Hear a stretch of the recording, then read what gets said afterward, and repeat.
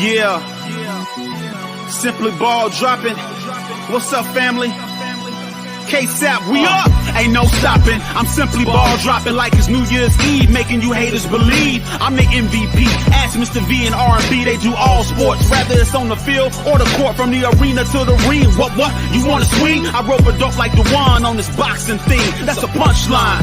I'm the greatest of all time. Got something on your mind? Hit us up on the line for that round table talk. Ask B Hunt and Sheena and K-Sap too for their views on our dudes. Marriage Chronicles for you lovers. Oh, I'm married to the game. The championships, the only time I wanna ring. K-Sap, the man behind the mic. Check 1, 2. It ain't a rap until I say it's a rap. Just fall through, pull up, the hottest pod smoking. Yeah, I got you open. This freestyle brought to you by James Ford. Pay promotion. Yeah, simply ball dropping. You know what time it is. Pull up, chop it up with your family, man. K-Sap, what up?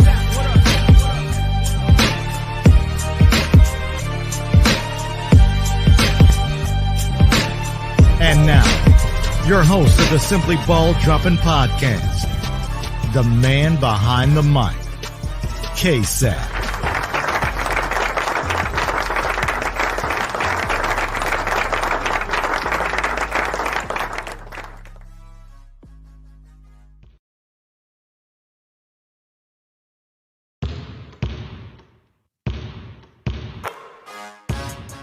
What we talking about? What's up, K-Sap? Yeah. James Ford, that's me. Let me talk to you. Make sure when y'all come in, man, y'all hit the like button. Simply ball dropping. Simply ball dropping. Chopping up these topics, man. I'm simply ball dropping. Driving coast to Make coast. sure y'all smash the like button when y'all come in the building.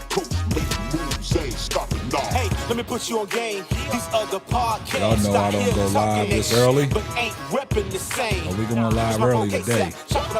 We gotta talk about it. From politics to your topics. Tune in, you gotta watch this. Exclusive material for your radio, stereo, pump it, high definition. Stop what you doing. Y'all make sure y'all hit that like button as soon as y'all come in the building, man, and take your shoes off. Get comfortable. Pass me a mic, man, I got something to say. Let me know where y'all chatting from on this Sunday. It's one of them strange days, man. You know, the time went back last night. It don't even feel like it's 5:10 p.m. Central Standard Time. Y'all go on and get in there. What up, what up, what up, what up? You know who it is, man. It's your favorite host, K-Sap of the Simply Ball Dropping Podcast, the man behind the mic, man. Let's get in here, man. Let's talk about it, man. This is the news that everybody been waiting for, man. They've been waiting for this news, man. They've been waiting for an update on the Chicago Sky's head coach in front, man. We've been waiting.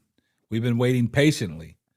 And Jeff P., he finally made his decision. What's up, ADP Art Creation? I see you in the building. I see I got one of my mods in the building holding it down. Bring the rest of them. Bring the rest of them, ADP. Bring the rest of them. So this is the moment that everybody been waiting for, man, for the Chicago Sky. Chicago Sky have announced their head coach, and it's Tyler Marsh. A lot of people, what up, Lakeisha? I see you in the building. Yeah, I had to go live early today. I ain't been live in a couple of days, man. I was going to go live last night when the news broke, man, but I was running the streets last night. So, you know, I couldn't give my people what they wanted, man, because I was in them streets last night. But we're going to talk about it today, and we're going to talk about it early, man.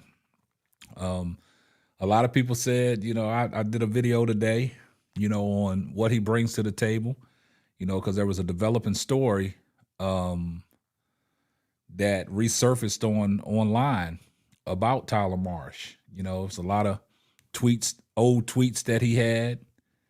And also it was a video surfaced online when he was working with Jackie Young, and he said some interesting things. And, you know, when you become a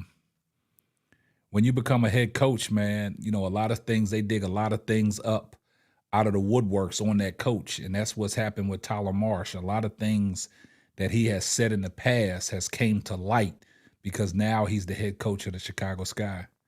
I see you, T. Carmelo. Yeah, that's a good choice. A lot of people didn't know where Tyler Marsh came from. What's up, Nate? A lot of people didn't know where Tyler Marsh came from. So, I think it was a good choice. Do you think they're going to have time? Yeah. What's up, Bro Gad? Yeah, it's been a minute, Bro Gad. Where you been at, man? Where you been at, Bro Gad? But yeah, I think it's a good choice, man. That was one of the choices that nobody knew that was going to come about. But I do have to, give a shout out to Chicago Sky Central because they did a show about 2 weeks ago. And this was one of the coaches that he had on the radar. He was I guess he did his due diligence, did his homework, and he looked into it and said there were some potential candidates that was assistant coaches that could possibly be head coaches in the WNBA. Yeah. But I just think, me personally, I think it's going to be a good fit, man. Me personally, my choice was Stephanie White. Stephanie White was off the table. So I'm glad that Jeff P didn't just settle on, Kurt Miller. He did his due diligence. It's something that, he saw in, Tyler Marsh. So, yeah. So it's something that he saw in Tyler Marsh, man. So that's why he went out there and, he interviewed Tyler Marsh. And I guess Tyler Marsh, he fit the bill. He fit the criteria that Jeff P was looking for. Now, bringing in a new coach with the same, management, you know how that can go. But I'm going to be very interested in, who Tyler Marsh brings in on his coaching staff. Does he revamp his whole coaching staff, or the coaching staff that Chicago had in place? Are they going to be there? That's one question that remains. So hopefully, he gets a chance to bring in his coaching staff. But, what it is. What's up, Kevin Lawson? I see you in the building. I just hope that Jeff P gives him a fair shake. He hired him. So, in this situation, Jeff got a chance to do his homework, and he had some input in the hiring of the Chicago Sky's new head coach. So hopefully this will, be more than one and done. You know what I'm saying? I just think, Tyler Marsh, like I said, he came out of nowhere. Nobody thought that, he would be a potential head coaching candidate for him. Well, NW, yeah, Angel went to Twitter after the hiring, after the breaking news. She went straight to Twitter, and she had she basically had a one-word answer to the hiring. Take a look. After the news broke, Angel Reese went straight to Twitter X and said a W. So that gives the approval. That's Angel Reese approving the hire. She likes what Jeff P did in this situation. I want to know if Angel Reese had any input in going to upper management saying, hey, I don't know, but you know what Tyler Marsh brought to the table with the Las Vegas Aces? There's a video that I did a podcast on today that has surfaced, online about, Tyler Marsh being a player's coach, and he said, you got to have the players' trust, and you got to build camaraderie with the players to be a successful coach. And I'm a firm believer of that, man. I've been saying that all along, man. I've been saying that all along. They needed a man to right the ship. I don't know if they needed a man to right the ship. The expectations for next year, man, I'm not going to put no expectations on it. I just think in this sense, I think that Tyler Marsh can come in. We saw what Teresa Weatherspoon was able to do. She was a rookie coach, and she had to trust in certain players, and we saw how that was holding out until the injuries started happening. So I think Tyler Marsh, with, you getting back healthy bodies, Elizabeth Williams, we haven't heard no news on her injury. We haven't heard any news that she's had a setback, so hopefully she'll be ready to start of camp. Also, We haven't heard no setback news on Camila Cardoso with the shoulder injury, so I hope everything's going well.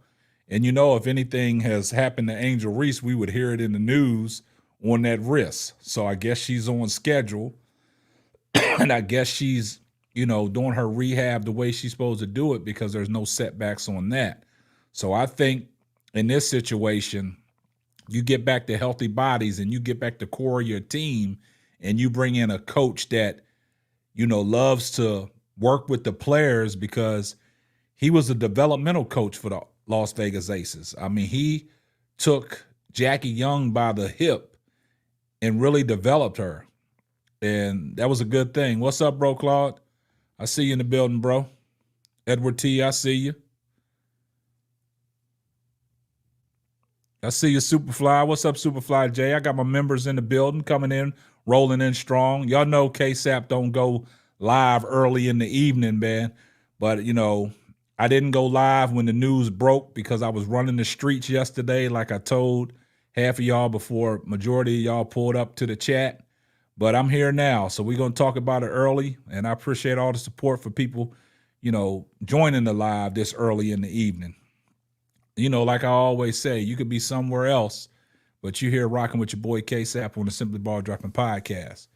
But I think in this situation, it's a good look for Chicago, man. It's a good look. Nate said, I think they're definitely trying to win at Brogad. Jeff said they want free agents this year, not necessarily. I see you, Muhammad.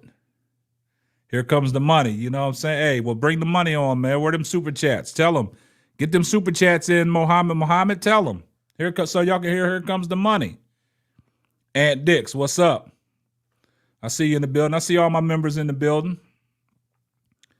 What's Brogad trying to come over here and start confusion, man? He's trying to cause confusion. They only here to cause confusion. Expectations are important. If the expectations are for the Sky to win now, I don't think they're ready. Brogad is causing confusion. Here we go. Farrah X, I see my members in the building. Brogad, man, stop that, man. Stop causing confusion. It's too early in the evening to be causing confusion talking about you don't think they ready. Man, come on, man. We ain't going to let you have it. We ain't going to let you get away with that. We're going to hold you accountable like we always do. I think it was a great move by Jeff P. And like I said, Jeff P saw the videos out there. Brogad is bored. Yeah, I think Jeff P saw them videos out there. He saw them videos out there knowing Kurt Miller wasn't the right fit. So this tells me something. Somebody has some input in that hiring, because if they'd have brought Kurt Miller in, ain't no way Kennedy Carter would have been back with Chicago.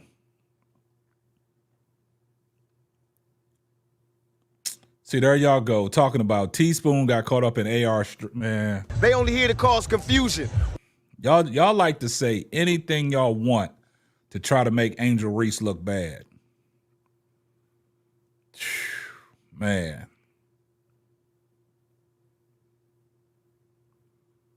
Y'all trying to make Teaspoon and Angel Reese look bad. We ain't gonna let y'all do it. Yes, Camille, I actually left a comment on the TikTok and she sent me a comment back. I'm glad she's safe and okay over there. Hollywood okay too. Tell them ADP Art Creation. Brogad, not today. Not today. You're going to be held accountable today.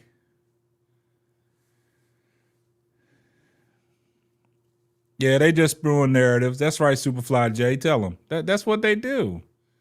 It could be nothing positive when it comes to the Chicago Sky, man.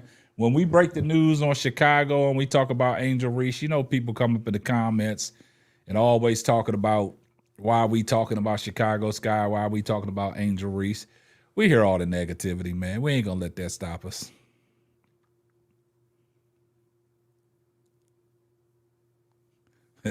Now Brogad getting defensive, y'all. He getting defensive, man. See, y'all already rattled Brogad.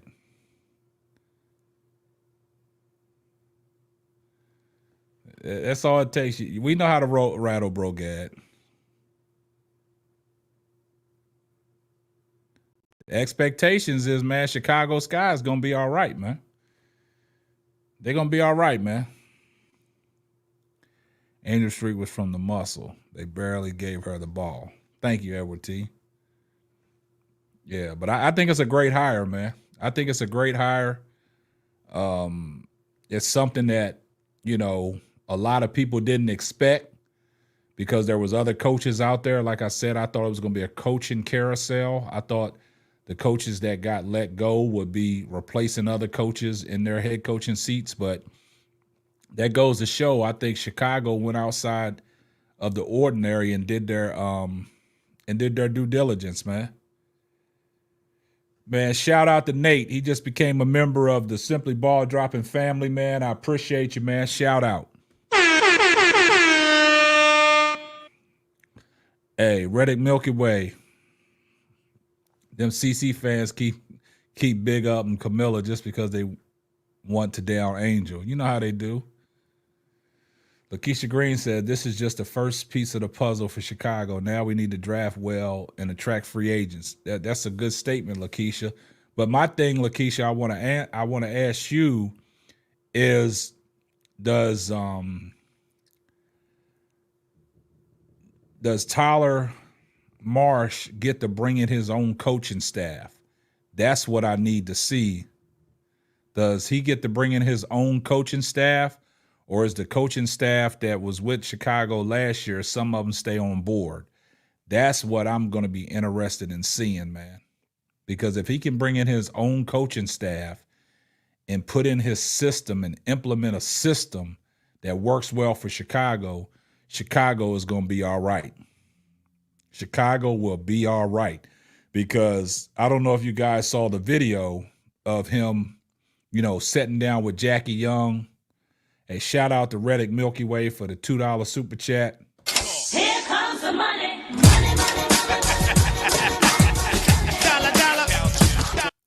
If they did a redraft, Angel would go second. Yeah, I totally agree with that, Reddick Milky Way. What you say, Lakeisha? Lakeisha said you have to let him select his staff so he feels comfortable. I'm a firm believer of that. I always say when a new coach gets hired, will they be able to bring in their own coaching staff? Shout out to Reddick Milky Way for the $5 super chat. Here comes the money.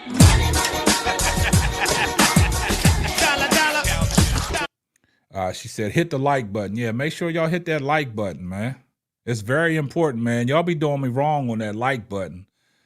What's the issue of y'all guys not hitting the like button? Y'all here, you might as well hit the like button. That's the first thing you should do when you enter my house, man. Hit the like button, man. We dropping gems for you guys, and y'all can't even hit the like button. Shout out to my man, Bro Claude, for the $5 super chat. Here comes the money.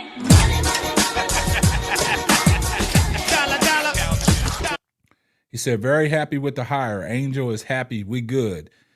Totally right, man. As long as your star player is happy, that's all that matters, man. See, my thing is, some of these veterans, man, they got to get out their own way, man. They got to get out their head, man. This is just benefiting the team, man. You got to put your pride aside sometimes, man. You got to, if you're jealous about something, man, you got to let that go, man. You got to let that go, man.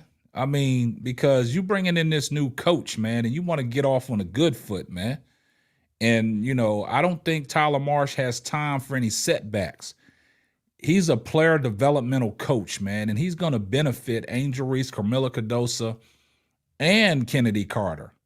And I just think Kennedy Carter, in this situation, I think she's going to feel good about coming back. Yeah, we only got 10 likes, man. That's pitiful, man. Y'all doing me bad with these likes, man. Bro, Gad, we ain't talking nothing. We talking about Tyler Marsh, man. Get out of here with that, man. You trying to cause confusion, man. They only here to cause confusion.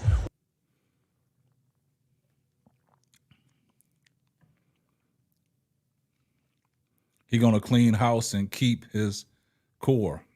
That's what I'm saying. I think with the Chicago Sky, I think that's a great point, Bro Claude.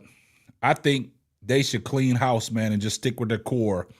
get some free agents in and draft. Because sometimes you got to be out with the old and in with the new, man. Sometimes you got to get these people up out of here, man, that don't want to be here. And I don't know, because if somebody, I think Political Little said on my video that he's probably the same as Teresa Weatherspoon type coach. And if the veterans don't like him, it's going to be the same situation. You see what I'm saying? So if he's that type of coach like Teaspoon and he gravitates to his star players and develop these players, then some of these veterans, they might feel the same type of way, man. So we don't know. Uncle Jay said we might get a chip within the next 2 years with this coach hire. This was one of these coaching hires, man, that came out of nowhere. And like I said, for people that, just came in the stream, if you go check out Chicago Sky Central, they produced a video probably about 2 weeks ago, about the coaching hiring. And this was one of the coaches, Tyler Marsh was one of the coaches on their radar as an assistant coach to become a head coach. So, shout out to him. Yeah. I could agree with that because there's footage out there. So, yeah. Hey, shout out to Nate, man, for the $2 super sticker. Here comes the money.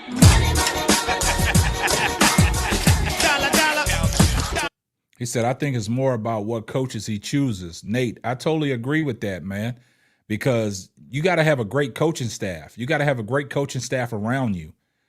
Everybody that can, meet in the middle. The head coach is the person that's going to call the shots, but them assistant coaches have a lot of input. So, Nate, I totally agree with you. I'm a firm believer of that. It ain't just about the head coach. It's who you have on your coaching staff. Yeah. People always, BD Sports said, y'all get nothing until you can get a guard that can score. Boy, I tell you. They only here to cause confusion.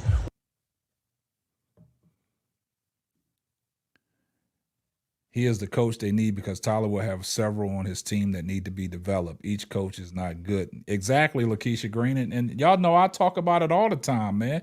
That's how you build culture in your organization. When you got a coach that takes his time out to work with players and develops them.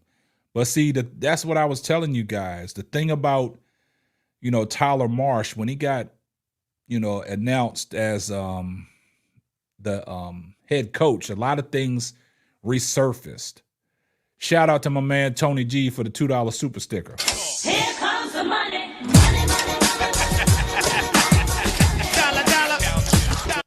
But you know something, bro, Claude? The thing about BD Sports, he been glazing.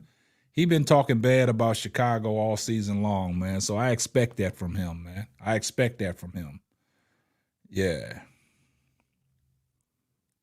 Exactly. Superfly J, exactly. He will help the bigs with their footwork.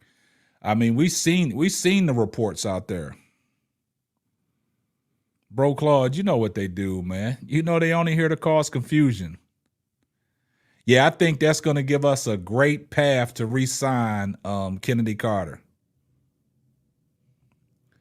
Shout out to Laverian Joseph for the $2 super sticker. Here comes the money.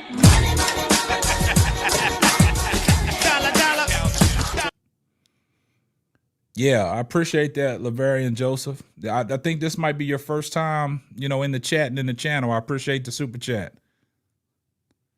Victoria Teller, I see you in here. Let's go, Tyler in the Sky. That's right.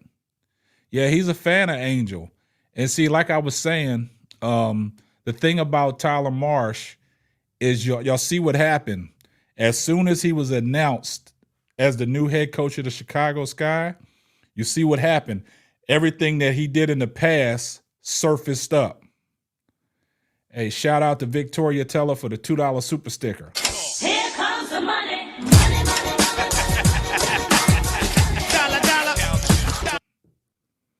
Man, I tell you, man, boy, BD Sports, man, he just so negative when it comes to the Chicago Skies, but it's all good, man. We need him around. You know what they're gonna do. That's what they're gonna do, man. Bro Claude, you know they're gonna hate, man. But we used to that, man. We used to that. I told you, anything that's good about the Chicago Skies, man, you get people to come in the chat, you get people to come on the videos and comment, and they want to hate. But it's all good. Yeah, that's what I'm saying, Scorpion X. Nobody heard nothing about Tyler Marsh. I knew he was on the Aces coaching staff. I knew he was a developmental coach, but I didn't know he had an impact like that until he became the new head coach of the Chicago Sky. Everything he did in the past started resurfacing. So there's a video that started resurfacing of him, you know, developing Jackie Young and Asia Wilson.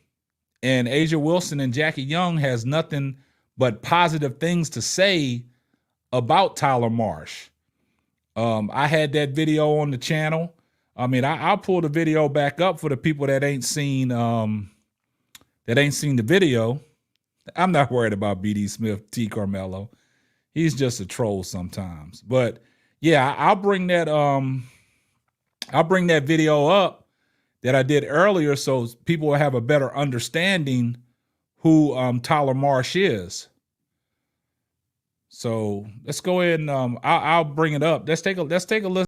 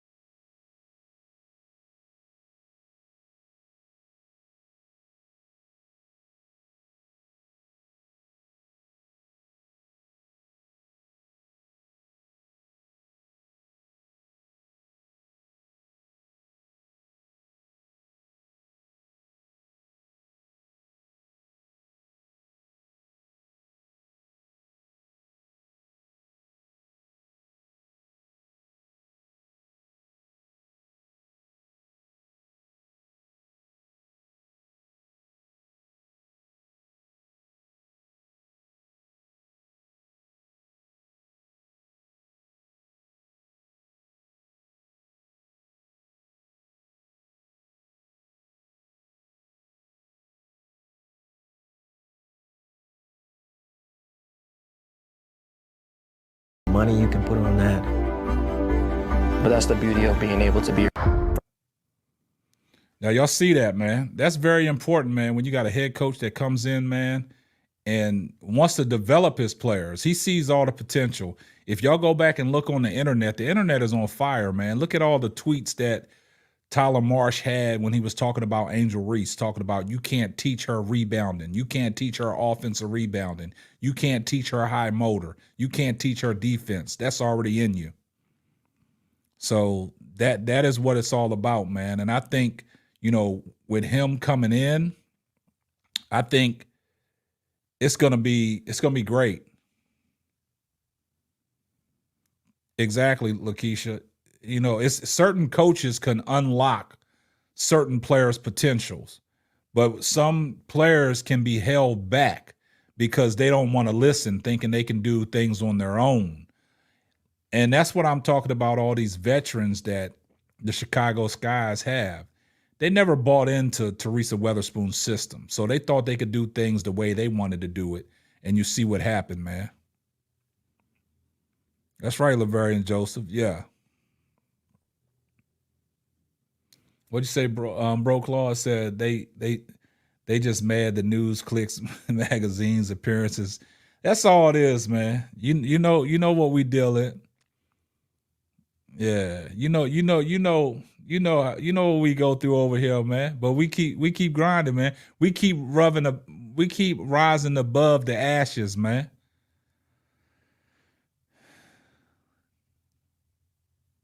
Man, Kurt Miller don't get a bad rap. Kurt Miller is not a good coach, man. Kurt Miller did nothing impressive for the Los Angeles Sparks, man. He got 8 wins, man. He did nothing impressive, man.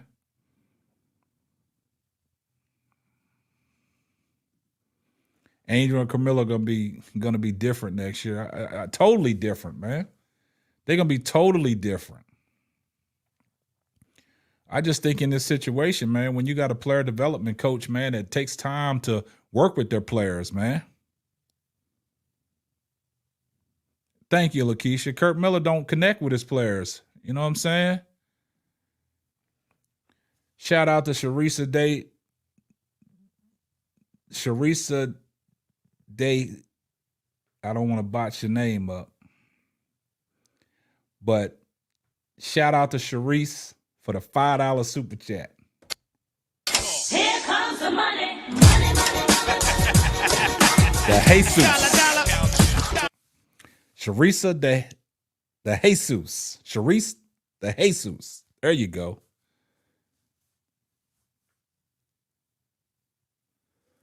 I mean, we could all agree to disagree. We can all agree to disagree. But Kurt Miller does not connect with his players. Reddick Milky Way said Jackson was in tears due to Miller. Like, what do you mean in tears? In a good way or a bad way?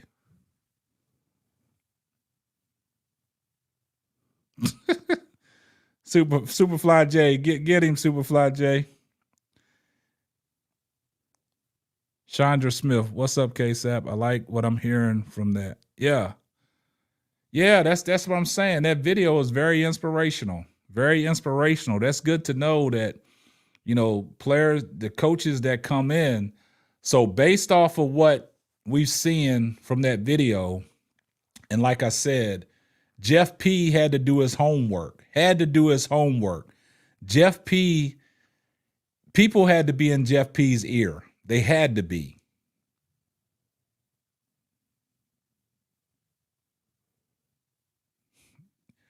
See, bro, Greg on a deflect. You think Rakia was crying because they was losing.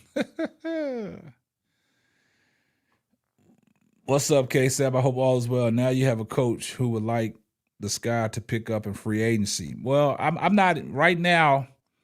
I'm not even going to fast forward to the free agency. I got to see the coaching staff. I got to see who he puts in play with the coaching staff. Then we'll go to the free agents that we need to pick up.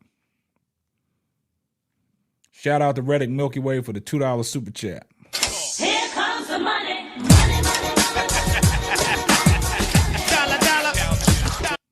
Yeah, Rakia Jackson had a stellar rookie season, man. She should have been up in that. She should have been up in that rookie of the year conversation as well. But, you know, we don't even want to talk about that. Yeah, Kennedy got to be our first priority, man. I think bringing Kennedy back and securing her will be great for the organization.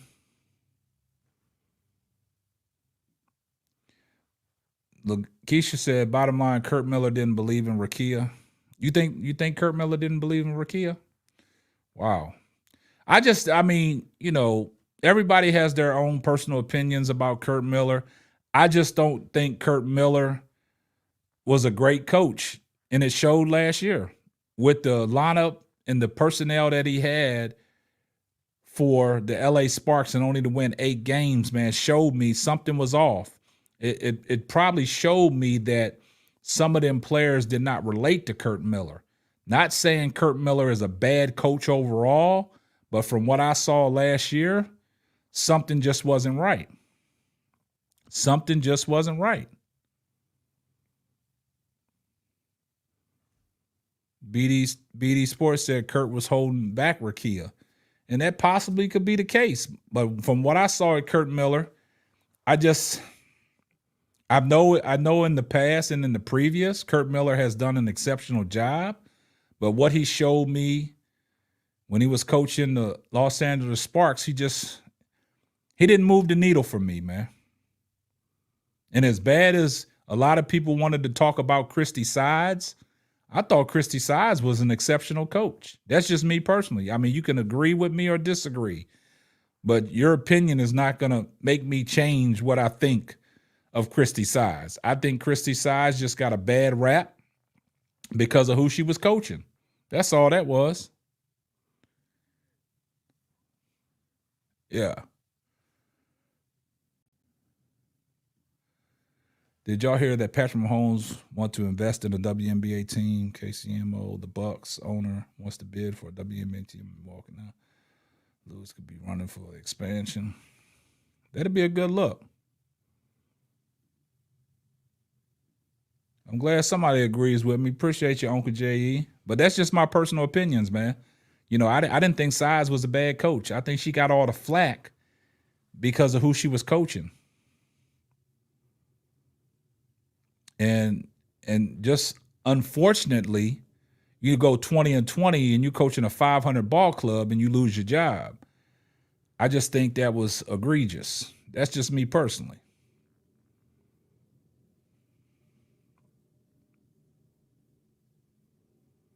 Yeah. But I just think in this situation, man, I think Chicago, they did their homework, man. It caught me off guard. I'm not even gonna lie. I was surprised when they announced that breaking news. I'm like, Tyler Marsh, man. You know, I've seen him on the Aces sidelines. I've seen plenty of footage of him, you know, sometimes, because I've always remembered Tyler Marsh as the guy with the sport coat and the hoodie. I always remember him with the sport coat and the hoodie. And that's the crazy thing. What's that? Jetty Omanai brings Size to the sky. She would be a great assistant coach on that staff if that was possible. Yeah. But I think it's going to be a lot of shakeup in this free agency. I think it's going to be a lot of trading places, man. Because if Tyler Marsh can come in and put his input down, and I don't know if y'all saw the video or I think the Twitter exchange between Angel Reese and Sid Colson. Like, if they could, you know, it's crazy how Twitter works, man. I think he can bring out Camilla's potential because he's a player developmental coach. He says that. You know, I mean, that video speaks highly of what Tyler Marsh can bring to the table. And like I said, it's kind of funny. Are you seeing it, Superfly J? Yeah, I'm trying to figure out, like, what did that all entail, man? Like, how did that get started? Yeah.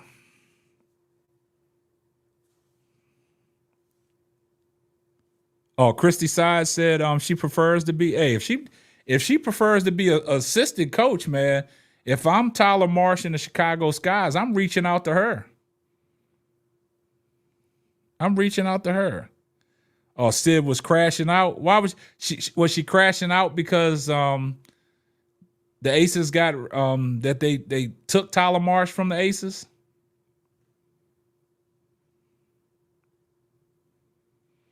ADP Art Creation said, KSAP, someone posted somewhere and asked to use Spoon will. KSAP, someone posted somewhere and asked to use Spoon will get some type of spot with the Liberty. Man, she might.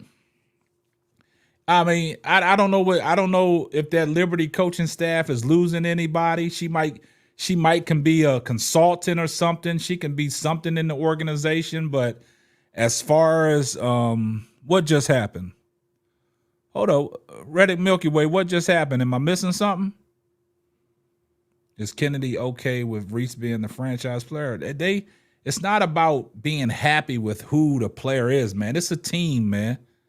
It's a team. Reddit Milky Way, what just happened?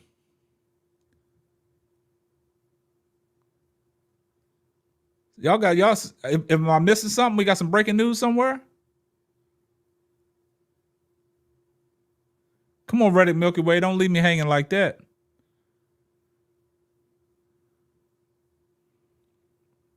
Yeah. But I just think in this situation, man, I think it's going to benefit, you know, Chicago, man. I think a lot of people are excited because if you really look at it for what we really want to look at it for, is this what it's all about, man? Developing your young stars to be great.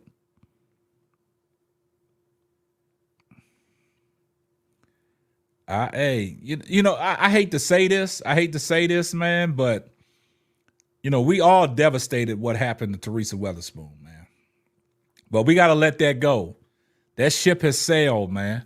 She's not walking back into that Chicago Skies organization no time soon, man. And I wish her the best of luck. We all devastated about the firing of Teresa Weatherspoon.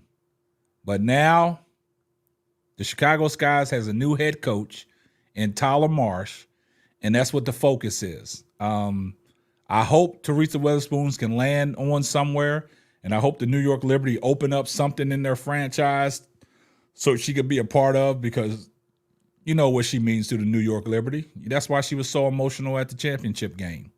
But,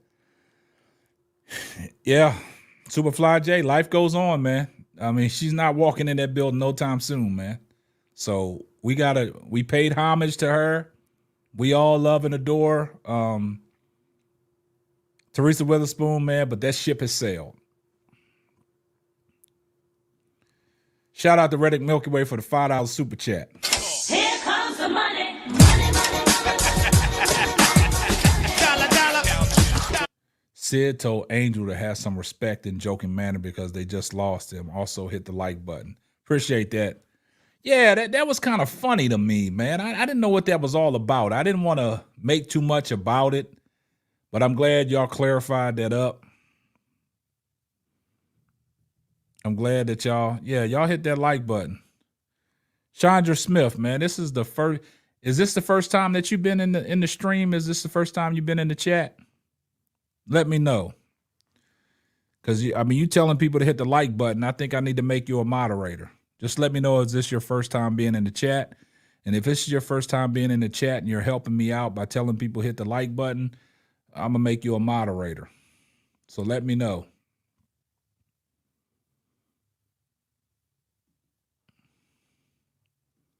See, I like people that come in and try to, help the channel out. So, you got people out there that I know it's a lot of people, we try to, get this channel to grow. And, we got people that's going to be in the chat that are, constantly telling people to hit the like button. I would love for y'all to be moderators. So if there's anybody in the chat, any females that are in the chat that would like to be a moderator, just go ahead and drop a 1 in the chat and I'll make you a moderator so you can help the channel out. You'll get your special perks and all that. So just let me know.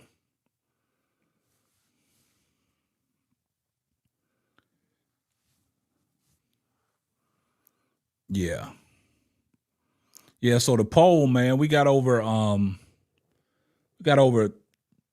and some votes, man. 90% think that Tyler Marsh was a great fit. Yeah. Okay, not at all. I'm always. Oh, you always here? I must miss something. I do apologize, Chandra. That's why I say, man, the chat. Missy, you like to be a moderator? Okay, let me go ahead and give you the that anchor, man, so you can do the thing that you want to do. Yeah. Where you at, Missy? I got you, Missy. Got you covered.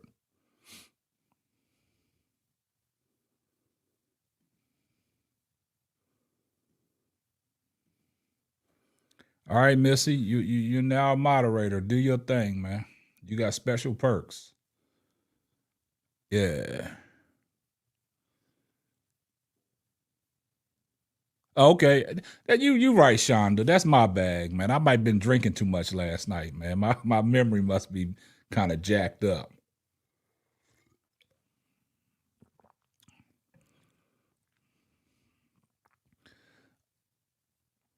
There you go, Missy. Not a problem. Do what you got to do. I'm gonna go ahead and drop the link, man. See if I can get some of my panel up here and see what's going on. All right, man. We got the link in the chat. Victoria Teller, I see you laughing.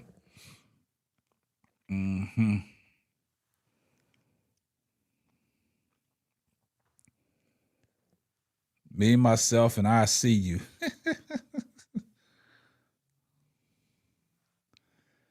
Yeah. Yes, indeedy. Man, that guy B.D. Smith, man, he seems to amaze me, man. He seems to amaze me. Always trying to come up on the panel, man, and he always want to, cause confusion. They only here to cause confusion.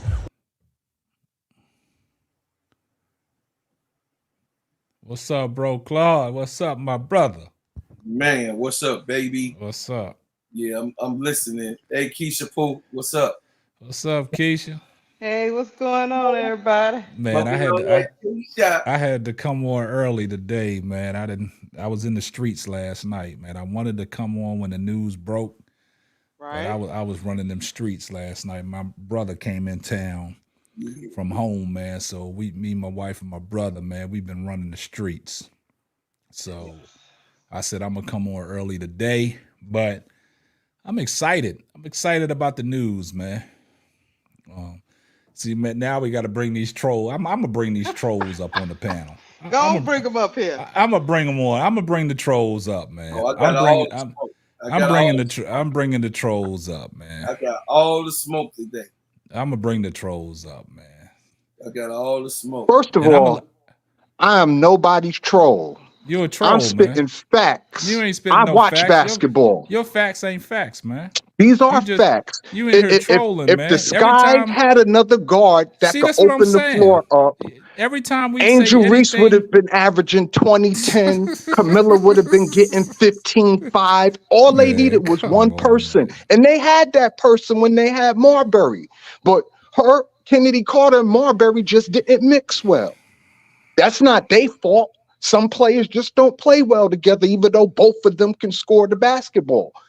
They just need another guard that can score the basketball. When you said, hold up, BD. When you said that comment earlier, you like it was almost like a shot toward Kennedy Carter, like Kennedy Carter's not there. And I think it was you read the way things. I didn't read it. I'm just saying the way Bro Claude responded to you.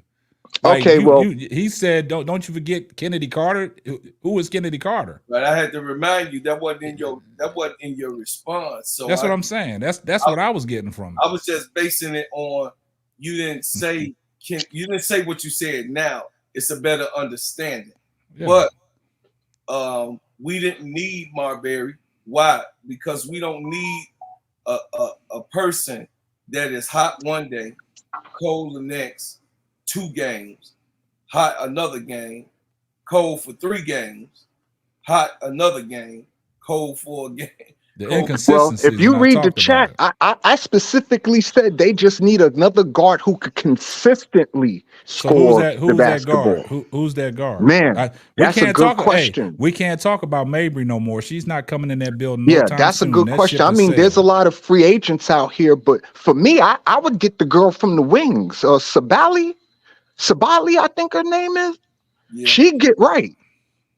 Well, you know what they're gonna do is I believe with the type of coach that we got now, I believe he wants to clean house and really not really deal with too many veterans because he has the listen, check this out.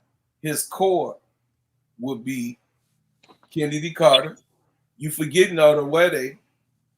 Adewale is a process in development. Yeah, I think he likes her. She can move, she can twerk, she can shoot under the basket, mid-range, and sometimes she's inconsistent with the 3, but she can hit the 3-point shot.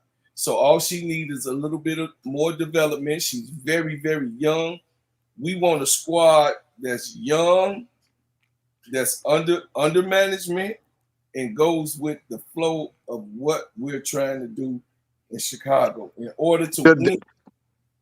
I'm sorry, I mean to interrupt. I just had a question. The girl who won the 3-point shooting contest in the skills competition, the girl from the Dream, why don't y'all trade for her? She from here.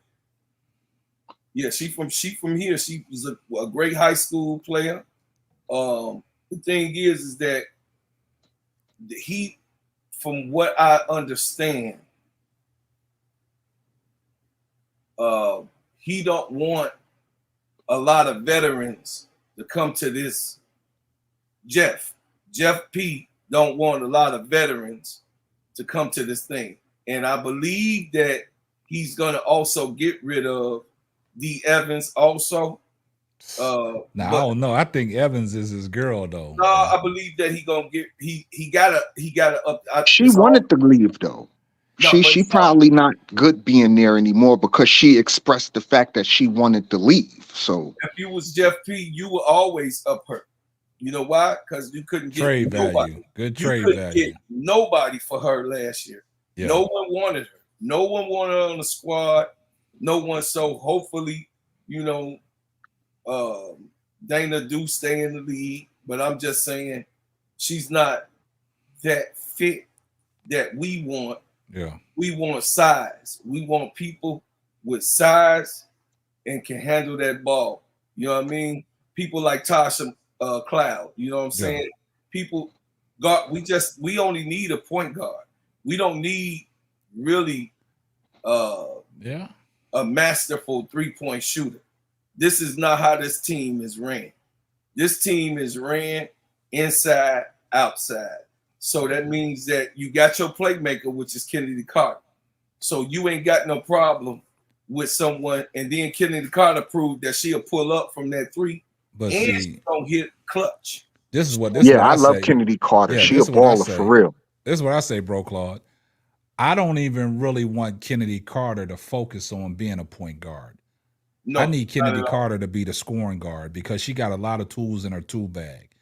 And then this is where, since B.D. Smith cleaned up his statement, I have to agree with you need a point guard. You need somebody that's going to facilitate. You need somebody that's going to be your playmaker.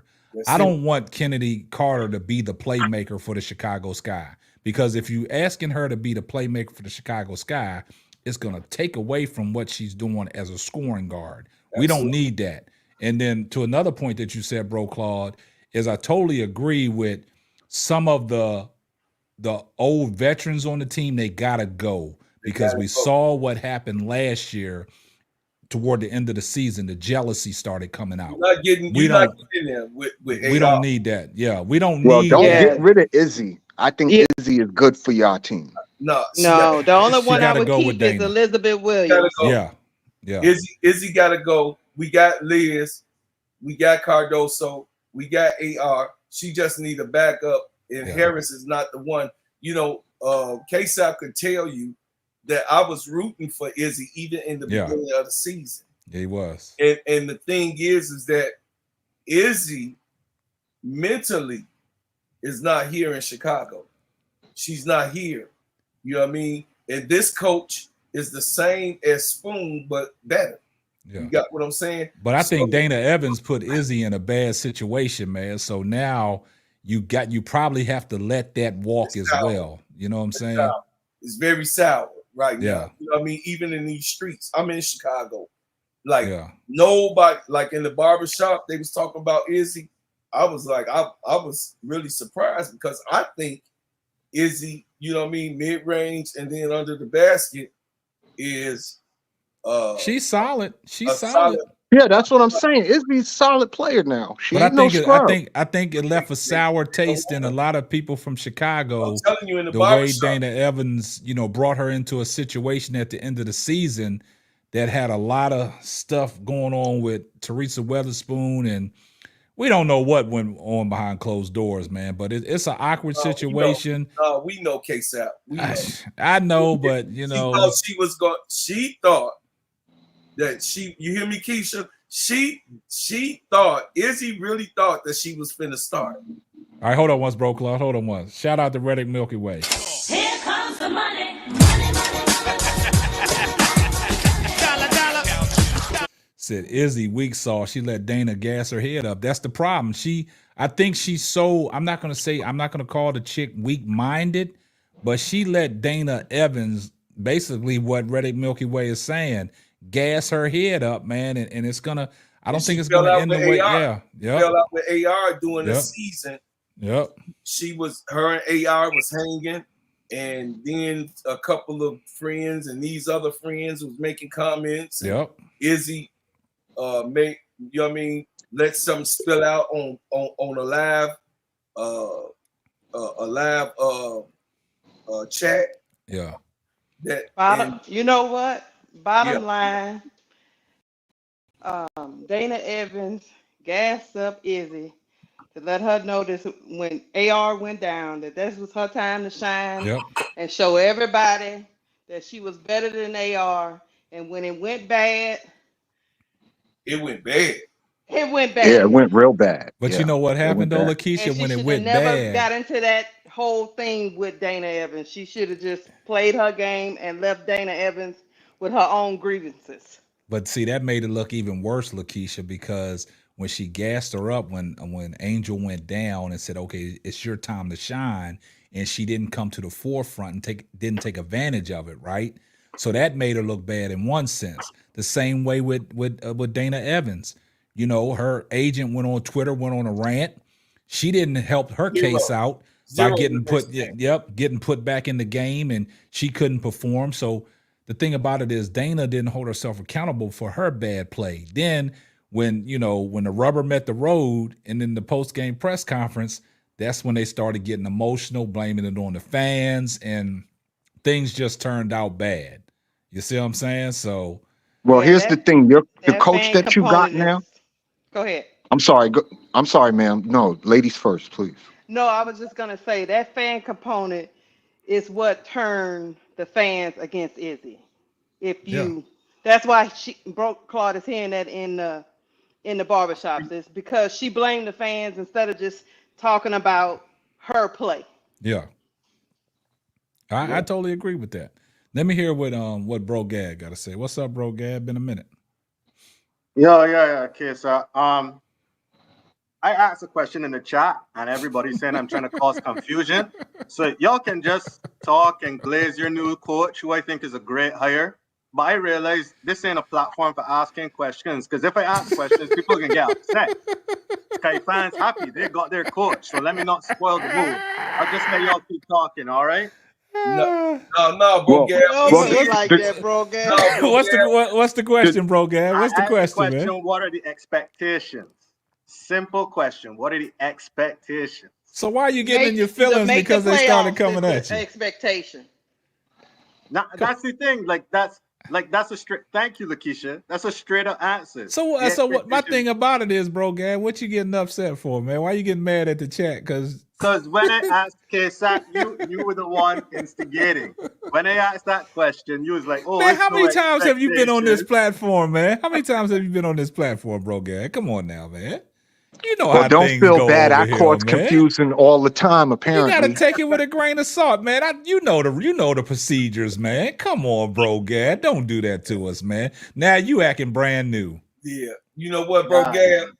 Since you like Kurt Miller so much, let White go, and y'all put Kurt Miller over there on that line. I love Kurt Miller on the Fever. I have no problem with Kurt Miller. But you said on the Fever, but you don't like him on the you said on the Fever, right? So you're telling me, and then I'm gonna get back on topic. You telling me that you would have took Kurt Miller over Stephanie White? No, I would take Stephanie White over Kurt Miller every day. All right, we're gonna do a show on that, and let's get back on topic now. We was talking about Dana and Izzy. Now, the things that Bro Claude heard in the barbershop, because he's in Chicago. So it's going to be a lot of rumblings out there, right? So with the Dana and Izzy situation, when we're talking about the new coach coming in and the core players that, they should keep, do you think Izzy and Dana Evans should be out the door? Dana, because I think Dana has potential, but I wouldn't keep her just because she seems like a cancer in the locker room. Based on how she's talking, like the interviews and stuff. Yeah, I wouldn't keep her. Izzy, I just don't think that Izzy fits. I don't think that Izzy can come in and do what you need off the bench. I don't think she rebounds well enough or defends well enough. I think if you look at her, she's 31 and she has an injury history. Yeah. And at her age, she's not getting any better. Like, she's at the peak of how good she can be. And if you're serious about players getting better in their roles, you probably want to look to see if you can trade her now while her value is at its highest. That's all. Damn, boy, Brocad, you came back with that one, man. I got to give you the. You came back and cooked up some sauce, man, early in the evening, man. We appreciate that. They ain't gonna secure Izzy. I already know that 100%. They're not gonna secure Izzy. They're not gonna secure Dana, and they definitely. This man is he's a vibe from all of the stuff that because I've been waiting for this show today. But so I did my homework yesterday. I also was in the streets yesterday, you know what I mean? Because I work out there. And the vibe that this dude got, he wants personal relationship. He wants people that's going to be positive of what he's going to pull off in the scheme that he's going to do. He don't want any negative people or even his administration, because one thing he comes from is a winning history. In order to win, you have to kill the cancer, and it's already cancer here. And if your locker room already got cancer in it, he has to be the doctor to operate on it, to cut it out, not try to heal it and everybody do the kumbaya. He's going to do that for the sake of the team. And Jeff, the kumbaya part, because Jeff has a job to do, which me and K-Sap agreed. Jeff is very, very smart.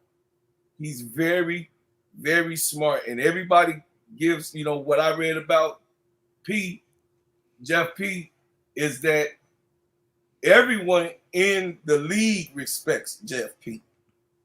Everyone in the league, they say he's a great business guy. So by him being a great business guy, he left us in question because we were so wholeheartedly on Spoon because she's just a likable person, period. And what she did for our girls, it was like a phenomenal thing because they had them 12. They was not even supposed to be running for any playoffs. And she got them, actually, if the personnel wouldn't have got hurt, if the woulda, shoulda, coulda, but if her personnel would not have gotten hurt, she would have definitely held that 8th spot, and they still probably would have fired her because, this is what happened with the Aces. So, I see it as my man Don, he was like, they didn't intend, once they got rid of KFC, they was already gonna, have Spoon there. This was premeditated murder. This was already premeditated. This wasn't even, because when Jeff came, Pacquiao came, he and Spoon, she said that they talked all the time and they disagreed every day. She said they had disagreements and they agreed to disagree every day. If you listen to her when she was describing Jeff, and things, the schemes that she wanted to pull off, she wasn't able to do all of them because her and Jeff P was not on the same page, where she would hang up the phone or he would hang up the phone and they would call each other back after the heated discussions. But hold on for 1 second, bro, Claude. Hey, shout out to Tony Benzino, the champion, has entered the building with the $5 super sticker. Here comes the money.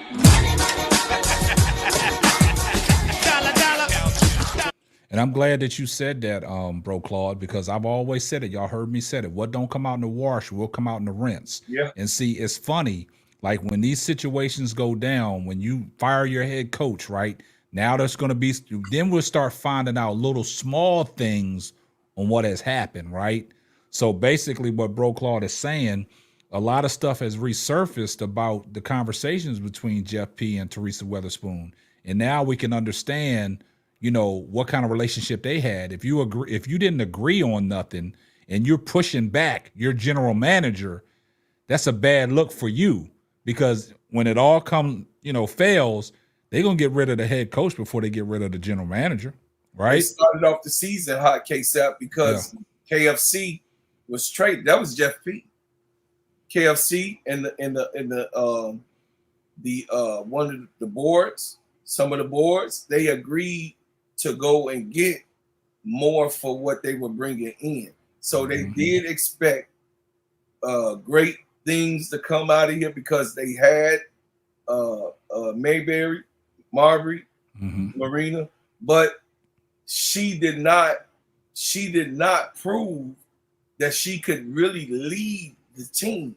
Yeah. It was an unexpectation with Kennedy Carter, and they felt like Mabrey expression of not wanting to be here because she was not that first option. Kennedy Carter became the first option. She had a problem with that.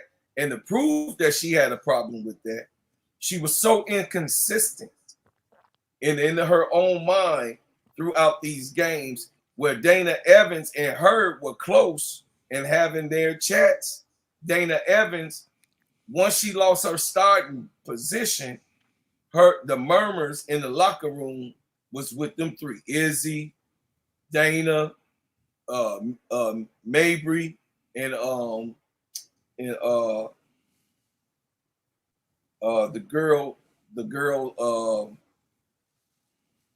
girl, you know, she's a veteran. I forgot what the pup. She played some in there. The one that came back from injury also. I forgot her name. She got a little tick, but she didn't get no tick. She was a problem also with those. It's four of them that really did not buy into what. Yeah. See. Oh, I don't. Well, I'm just Mr. Claude, I got a question for you. Do you believe that a team can win now? Because, you know, most teams want to win now. No. Without any veteran leadership at all, just starting from scratch, coming with all young players and hoping that they coalesce. They have a veteran. They kept Liz. So Liz is the core veteran. She the mama of. Didn't you hear what she said? She's the mama of the clan. So when you got somebody like Liz that's solid, she a solid shot blocker, she a solid rebounder, and she's a solid scorer up underneath that basket, and she can hit the mid range. So Liz is the head veteran that needs to stay there because guess what? Liz don't get into any riff. She's even said it. She said, I don't get into any riff.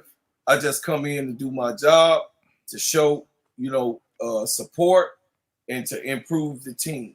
You need that type of veteran when high heads are there to say, hey, man, let's chill out. We all good. We're going to be there. But the unfortunate thing, she wasn't able to get on the court. So the answer to the question is they have veteran leadership, which is Liz. Okay. And then they got four young people that needs to stay. Arede, Kennedy, AR, and Cardoso. You know what I mean? We know we got Liz, we got LA too, Lindsay Allen, but LA, is a good backup. But we need someone, we need a point guard. Somebody said, what about Raquel Banham? Is she gonna be there? She's another cool head. Raquel is gonna be there because she's on the contract. I think with this new coach, man, I think the core that you're talking about, I think that it can work. And the only reason why I say it can work is you're talking about Elizabeth Williams. I know you're gonna need more than one veteran as to keep the group together. But I think with Tyler coming in, he's been around a lot of veterans, man. And Becky Hammond has praised him for keeping that group together. You know what I'm saying? And keeping, them in the right space, right? So if you got a guy coming in like that can convey to his players that, hey, what I've done, it incorporates to winning, right? All you got to do is listen. I'm giving you all the water, right? But I can't make you drink it. Right. So in his situation, him coming in with the core group we talking about, I think it can work, man. I really do think it can work. I don't care who Chicago has in there, but if you buy into somebody's system, but I'm gonna say this before I even jump the gun, I need to know who is going to be on his coaching staff. That's very important to me.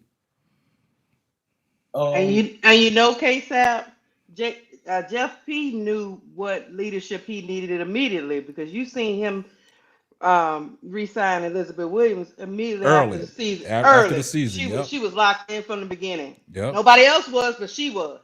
Yep. Yeah, because he got LA and Bantam for the next two for this year coming up, and Bantam is a restricted the following year. So Bantam will do better this year coming up because she's able to play with. Bantam is actually working out with Reese when Reese go work out. She's working out with Kennedy. She's working out. She says she's going to do this off season to learn the girls on the team. You know, Lindsay Allen is a great personality. She a calm and cool. She's a good locker room girl to have around. She's a good locker room person. So, you know, to answer your question, Smith, it's three that's already locked in: Liz, Bantam, and LA. So those are veterans that's going to be staying in anyway because they're under contract with the Chicago Sky for next season. You got what I'm saying? So, you know, it's going to be all right. It's going to be fine. But his core is his young people. You know what I mean? Like I said, don't sleep on her wedding. Y'all gonna see next season what she's able to do. And she's a young, developing. I could see her having a season like Jackie. You know what I mean? Young. I could see her having a season coming. This is Mariah Jefferson ain't moving the needle for nobody, JP. No. Mariah Jefferson. Hold on just 1 second, bro, Claude. Shout out to Brian Allen Hines for the $5 super chat. Here comes the money.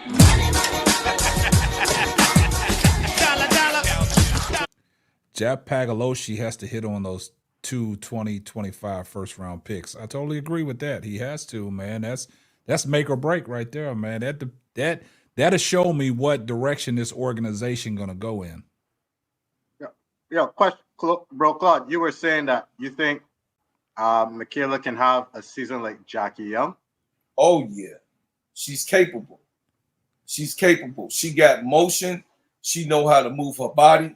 She can drive. She can play make. She can set up her own self to score. She just need that leadership. We seen glimpse of her. We seen of her. We seen it. She's young.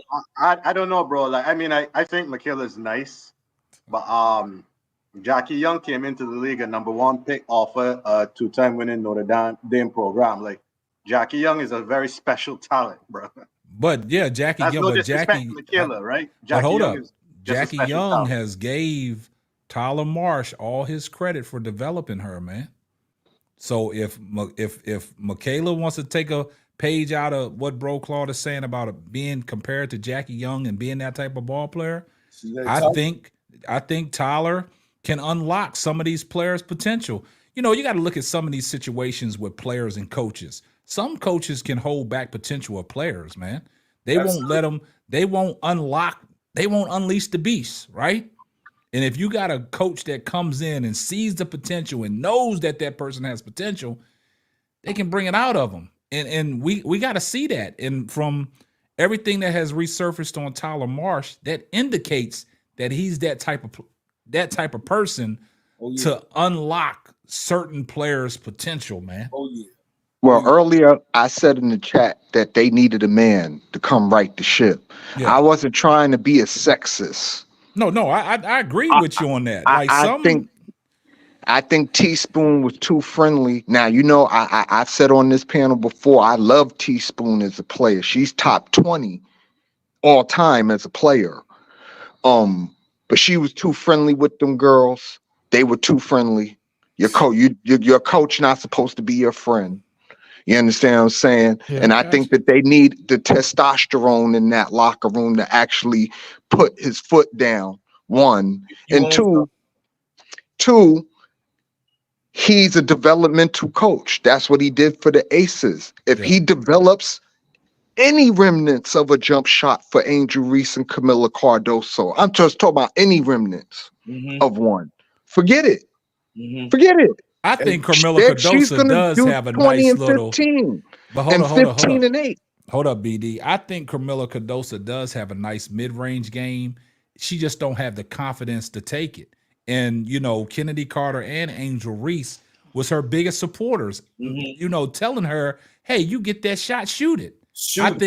I think that's what she fails to do because I think she has it in her. But to your point, I think with Tyler Marsh, I think he's going to bring that out of her. I think he's going to instill in them girls, take the shot that is there for you. Simplify the game. Hey, Sap. Yeah. You know what I think? This narrative about Teaspoon being so into the rookies and the Angel Reese is such a bad narrative because at the beginning of the season, what messed up them first 10 to 15 games is Teaspoon didn't really lean on her rookies. She leaned on her veterans. Yep. She had Kennedy Carter on the bench. Yep. For Dana Evans. Yep. Let that sink in. Yep. Hey, Keisha, check it out. Check this out. Yeah, Kennedy Carter should have never been on the bench from the outset. And also, she you should got have to been look at starting. it. Before Elizabeth Williams got hurt, she was in the starting lineup. I know she's a good center and a shot blocker and defender, but see, the problem is, Lakeisha, this is the problem. They did not think Angel was gonna come in and do the things that she did. So people like to rewrite the narrative. Yeah. She was heavily dependent on her veterans at the beginning of the season. That's right. They let her down. Yep. And then you know what happened? When Mabrey was in there, when Carter was on the bench, that's when you saw Mabrey being the leading scorer, the leading three-point shooter. Correct. But as soon as Kennedy Carter got inserted in that lineup, Mabrey's game went to trash. Right. And that's when she requested to get out of there. So Keisha, hey, check this out. Do you remember, Bro Gab, Sister Keisha? I know K-Sap remember when I said that they needed a man like Mark Jackson. Do y'all remember that on the chat? I remember. On the panel? I said the reason why I said that they needed a Mark Jackson, BD, is because what you said is valid. You understand? Because you know when it comes to a person like Spoon is defensive minded. Period. She's a defensive minded. She believes in the defense gonna always turn in offense because that's the type of guard she was.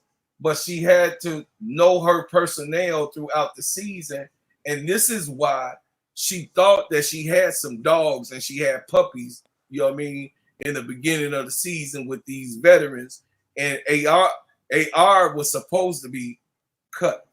She was not supposed to even be in the league. If better, she would be sitting on the bench. And this is why I didn't want Kurt Miller here, because Magic Johnson had to give the call on the Sparks, is documented, to play Rickea Jackson.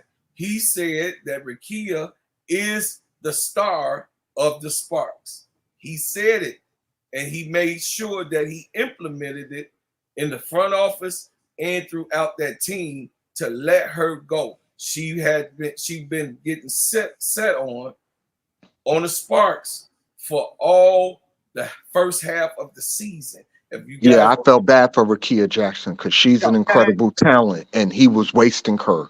Like he was holding her back, in my opinion. Oh yeah, no, man, hold on. Y'all are saying that Kurt Miller held Rickea Jackson back, right? Yes, I'm saying that. Yes, and he did. I say it too. Okay, and I say it too. Hold on. You're looking at how many minutes she played, correct?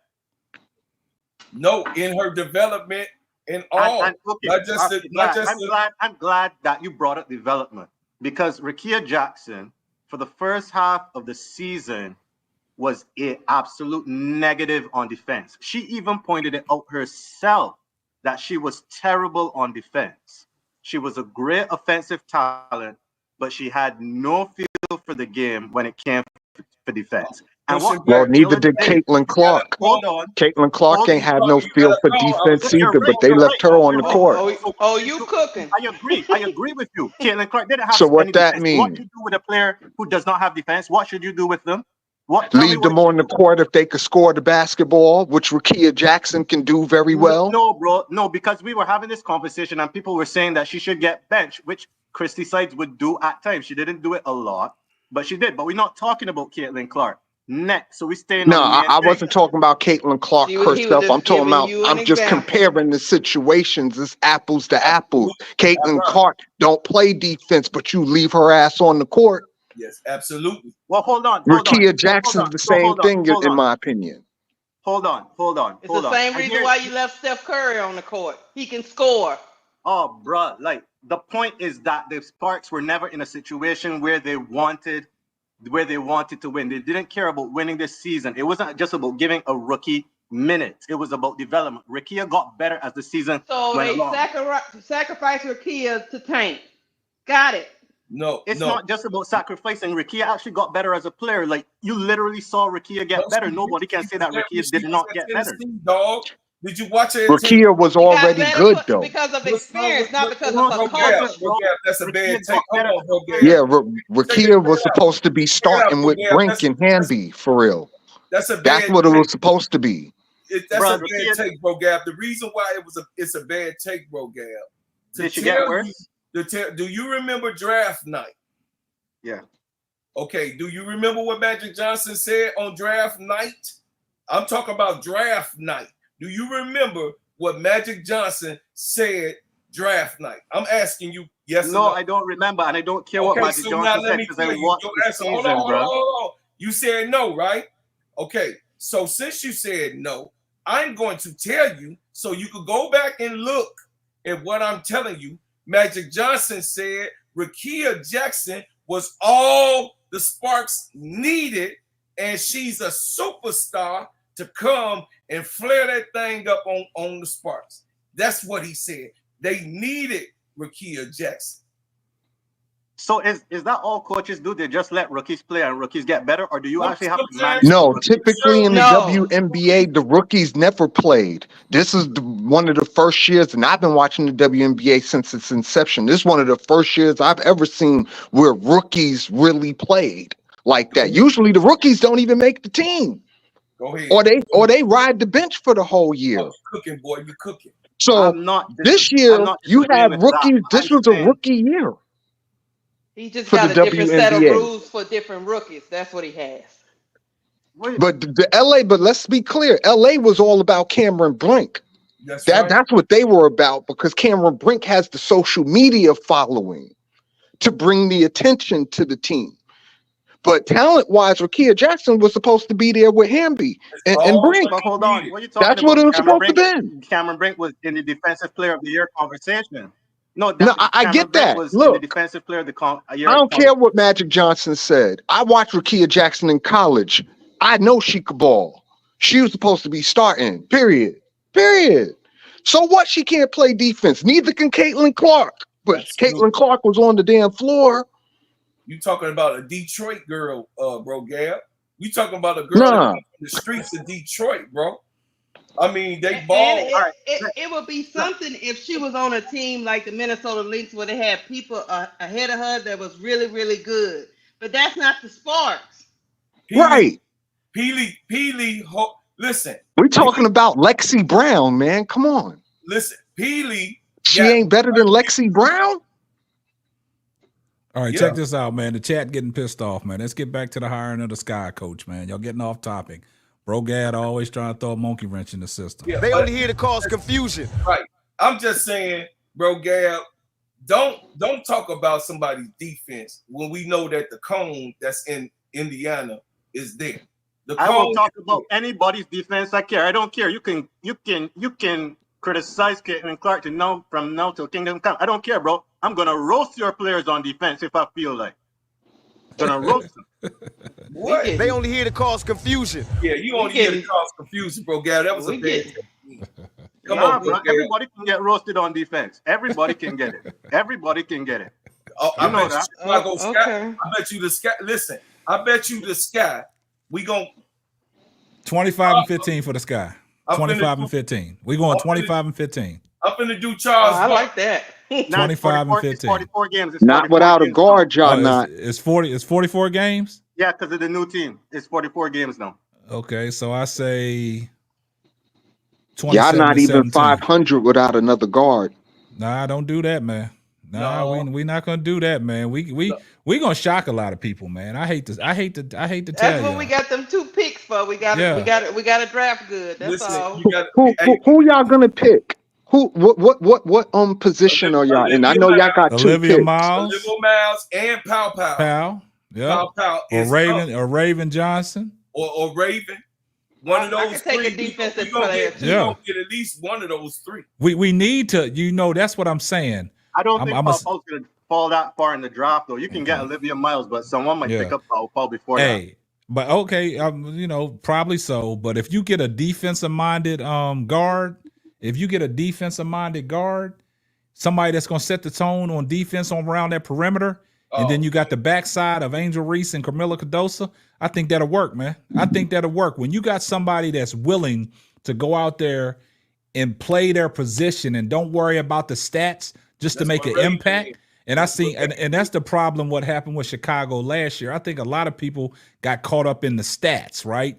Everybody got mad because Angel Reese was getting these double-doubles, right? And everybody was taking it out of context and stuff. And I think players was getting caught up in that, so now they jealous. And I think that's where the Chicago Sky's season went wrong because, like you said, BD, being since the inauguration of the WNBA, you very seldom seeing rookies playing. You very seldom seeing somebody outside of the top 5 picks making somebody's roster.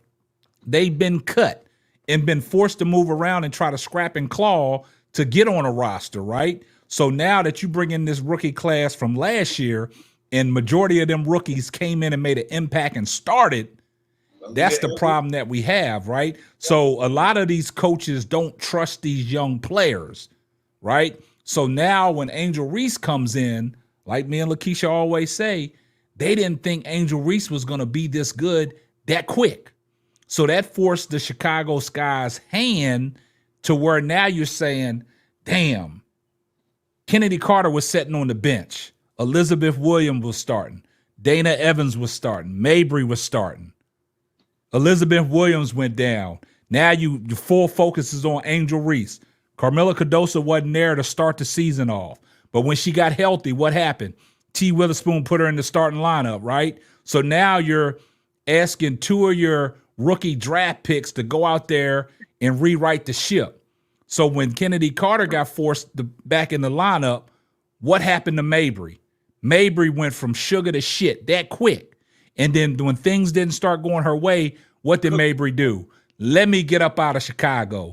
Let me go to an organization that's going to worth my value. Mabrey ain't never been a number 1 player ever since she been playing basketball. When she was at Notre Dame. Not on any team. Exactly. At Notre Dame, she was the 3rd option, right? So when she comes into the WNBA, Mabrey, once she got out of Chicago, went to Connecticut, she felt herself in a great position because she was coming off the bench. She knew what she was capable of doing coming off the bench. She had the green light. But see, that didn't work with her in Chicago, and she wanted out. Now she's back in the same situation because Connecticut don't know what they got to do because they got all these free agents. That sounds like a little mix of white privilege and what's the word I'm looking for? When you feel entitled. Yeah, entitlement. Yeah. If that's what Mayberry was on, because she knew she wasn't going to Connecticut and being the star. Yeah. She knew that going in. The thing about it is, BD, she was happy when she was starting with Chicago. It was no indication that she wanted out. And then when Teresa Weatherspoon started turning to these young players, that's when the confusion started happening, man. No, she thought she was better than them girls. That's what I'm saying. And that's what I'm saying. That's when the confusion. Kennedy Carter showed her ass up. K-Sap. And it was never the same. Think about this. Mabrey still for the Sky played 35 minutes to 40 minutes a night, and she still was jealous of Kennedy Carter. I'm not understanding. But that's what I'm. But the thing about it is, Lakeisha, you got to look at it. Carter, She that was deal. starting. She was starting. Kennedy Carter came off the bench probably like game, I think about 7-8 games in. Yes. She started, then she came off the bench. And then when she came off the bench, I talked about it. As soon as she came off the bench, for some reason, them two did not complement each other. And Mabrey went downhill from there. That's when everybody started talking about Kennedy Carter. Oh, Kennedy, who's this Kennedy Carter? She didn't came out of nowhere. She's doing this. That's And then because all instead this of playing the game, Yep. she was competing against Kennedy Kennedy, Carter. that's what it instead was. of playing the game. That's why they had to get her out of Dallas. Yep. She was causing confusion, man. And in that locker room, like Bro Claude said earlier about the live videos that they was doing, it all starts making sense because now you look at the fact, and that's what I like about Lindsey Allen. Lindsey Allen don't complain about her playing time. She don't complain about nothing, right? She is a team player, right? And that's why I said, that's why I said Lindsey Allen can stay because she is a good voice in that locker room, right?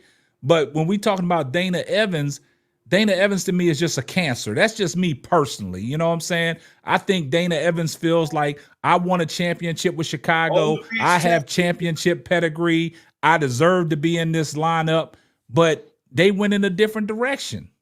And like it all goes back to what we said, Lakeisha, and I'm going to say this till I'm blue in my face. They didn't expect Angel Reese to come in and do the things that she did, and that kind of caused confusion with that organization, man. I agree with you on that. They didn't expect it at all. What's up, bro? Gad? Honest question: how, like, y'all just got a Mabrey roasting session every single live? Nah, that's when we people bring up. Mabrey. We're not roasting her. We just telling you, the facts. That she was facts. Telling the truth is roasting. Then you too sensitive. If you think Marina Mabrey, these are facts, man. These are facts, bro. Hey, bro, Gab, you cannot sit here and say she had a solid season, my big brother, with the Chicago Sky. She had a better end of the season with Connecticut because she was not exposed. She was brought off the bench, and she was. So she knew her role. Yeah. So hold up. Let me bro God. Let me ask bro Gad. Let me ask you a question. Let me ask you a question, bro Gad. What do you think went wrong with Mabrey in Chicago? Give me your honest opinion. I don't think anything went wrong. When Mabrey was with Chicago, they were in the playoffs. She was at best a second or third option. So why did she ask for a trade? Because she wanted to go to a winning program. So, but okay, if they was in the playoff hunt, ain't you winning? Ain't you winning if you're in the playoffs? You're complaining qualifying if versus going to Connecticut, who's no. You're not going to do that. You're not going to do that, bro, Gad. You're not going to do that. I'm not entertaining that, KSAP. That's a nonsense question, KSAP. No, it's not. I'm asking you a legitimate question. It's not the same thing, KSAP. I'm asking you a legitimate question. What do you think went wrong with Mabrey in Chicago? I don't think anything went wrong. I think y'all wanted one version of a player that never existed. It ain't what we wanted. I'm asking you the question. What went wrong with Mabrey? Tell me what went wrong. We try to explain what went wrong, but you're saying why are we roasting Mabrey? You disagree. Bro, I'm telling you disagree with what we're saying. Wrong. The Mabrey that played for the Chicago Sky is the same Mabrey that went to the Connecticut Sun. All that happened is that her role changed. She had different teammates. She had a different coach. She had a different system. So bro. you saying Chicago should have put her on the bench? Is that what you're saying? No, Chicago didn't have the pieces to put her on the bench. Yes, she did. Yes, she wasn't going to listen. She can't handle the ball like LA. LA handles the ball better than she does. She can't score consistently like Kennedy. So Kennedy was in that spot. She definitely couldn't play the three. She used to play the three on the wings because they was a small team. So she wasn't getting there with AR. So AR and Izzy had the 3 and the 4 locked up. Watch this, bro. I just heard you compare a player who averaged 6 points a game to a player who averaged 14 points. I don't know how I'm supposed to take that seriously. But hold up, bro, Gad. Let me say this. Mabrey is the same person in the middle of the year that wanted to get out. If she knew that she wasn't playing on a championship caliber team, why didn't she ask for the trade earlier? I think they said that she did ask for the trade earlier. Where them reports at? No, I don't. that's not accurate. I haven't seen nothing on that. Did Like she I not said, have- no, we had this conversation about how trades just don't happen in the middle of the season. What no, but happened we is never heard her. No, We no, never no. heard anybody talking about Mabrey asked for a trade early. No. It Not was at the beginning of the year, they were No, we winning. didn't hear that, but we also didn't hear about Dana asking for a trade early. No, we're not talking about Dana. We talking about your girl Mabrey. What happened to Mabrey in Chicago earlier? I cannot dig up the report now. Mabrey asked for a trade earlier. It was midway through the season after Copper got traded. Mabrey asked for a trade. So let me give you some bro Gab so you can be on point. Dana was the first to ask for the trade. After Dana asked for the trade, 3 weeks later, Mabrey asked for her trade. They could not get nothing for Dana. Dana was the first to be benched. Once Mabrey started coming off the bench, her request was put in. Mabrey was not coming off the bench. Mabrey was still starting when she got traded, bro. No. Yeah, listen. Mabrey was always a starter. She ain't never come off no bench. Listen. Bro, Mabrey was still playing. You could start a game. Listen, You could start a game, bro.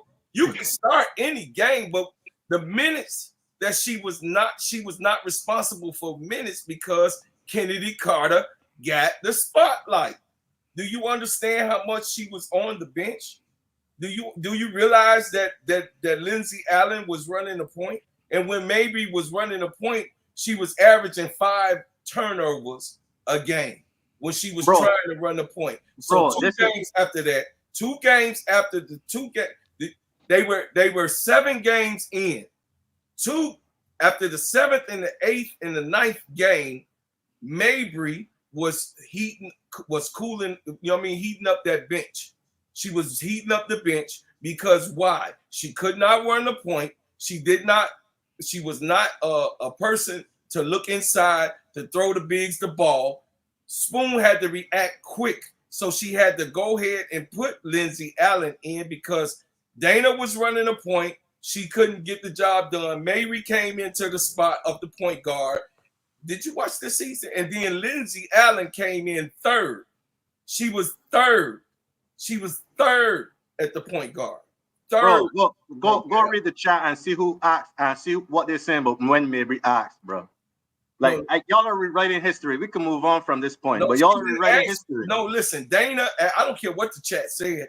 Mabrey wanted to play with Khalid Copper. You can't. Dana, she even and her agent, they asked for the trade as soon as she got put on the bench by Mabrey. As soon as she was the first to ask. You can't rewrite history. But I'm not talking about Dana. No, but that's what you said early in the season. No, listen, early in the season, Dana was benched. When she got benched, she requested for a trade. After it's facts. After they didn't ask at the same time. Marina Mabrey, after Dana, requested a trade once she stopped getting the playing time or the role, the leadership role that she thought that she's supposed to have. Well, let's go and simplify this, bro Claude, because I think they misunderstanding you when you're talking about Mabrey went to the bench. I don't think he's saying Mabrey went to the bench. Her minutes got reduced. Because Kennedy Carter came in and soaked up some of her minutes that she was getting. That's what he's trying to say. So I guess everybody's confused in the chat talking about bro Claude. She never went to the bench. Here's the thing, right?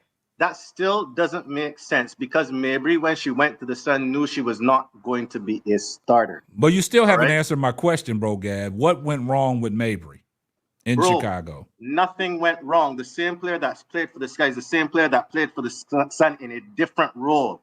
What did you expect of Mabrey? This is the problem. You had an expectation of who she is as a player. I didn't have no expectation of her. And since she did not meet that expectation, as fans do with every team, everyone has to find a boogeyman to blame. So every single life I come here and we talk about I never blame Mabrey on none of Chicago Sky's losses. I'm gonna help you, bro, God. I'm gonna help you. We expected Mabrey to be consistent. She wasn't. That's it. She You was the didn't know same what you player was she's gonna been get all every her night. career, bro. That's all. You did. I'm telling you what. Everybody watch. You didn't know what you was gonna get from Mabrey from night to night. Right. She was looking like J.R. Smith. Watch this. And when I She asked you the dropped question, 30 one night and 2 the next. and when I Two asked you that, nights or 3 nights. Yeah. So when I asked you that question, bro, Gad, about what went wrong with Mabrey, Kennedy Carter went wrong with Mabrey. It was a clash there because they didn't coexist as two players on the court at the same time because we saw the dip in her numbers when Kennedy Carter got put in the starting lineup. Absolutely. But I feel like that's an assumption because when that's not an assumption, that's facts. Nah, You that's an you an analytical dude. KSAP, I'm not talking about the dip in numbers. When Mabrey was on the team, there was no noticeable friction. Mabrey never came out, never talked against the team, never said anything It bad. didn't happen until Kennedy Carter got put in the lineup. That's what I'm saying.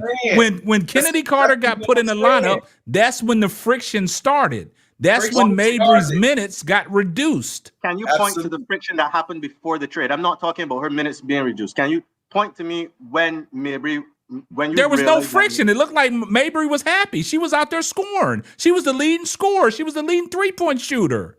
Right, and then she left to go to a team that had a better. No, don't fast forward that quick. Let's go back to the Kennedy Carter situation. When Kennedy Carter got implemented in the starting lineup, Marina Mabrey's numbers went down. Her minutes went down. That's when it became in the limelight, and that's when it resurfaced that she wanted to get out of it. Just before the All-Star break, you go back and look at that post-game press conference, the way that she looked, she wanted to get out of there because T. Weatherspoon went to her young guns. And that was the friction. Mabrey had no problem with scoring, being in the playoff hunt early in the season until Kennedy Carter got put in the lineup. That's when the friction happened. I'm gonna help out again. For a trade before. She asked for a trade before. Hold on, bro, guys. That's not true. Let me tell you what happened to Mabrey.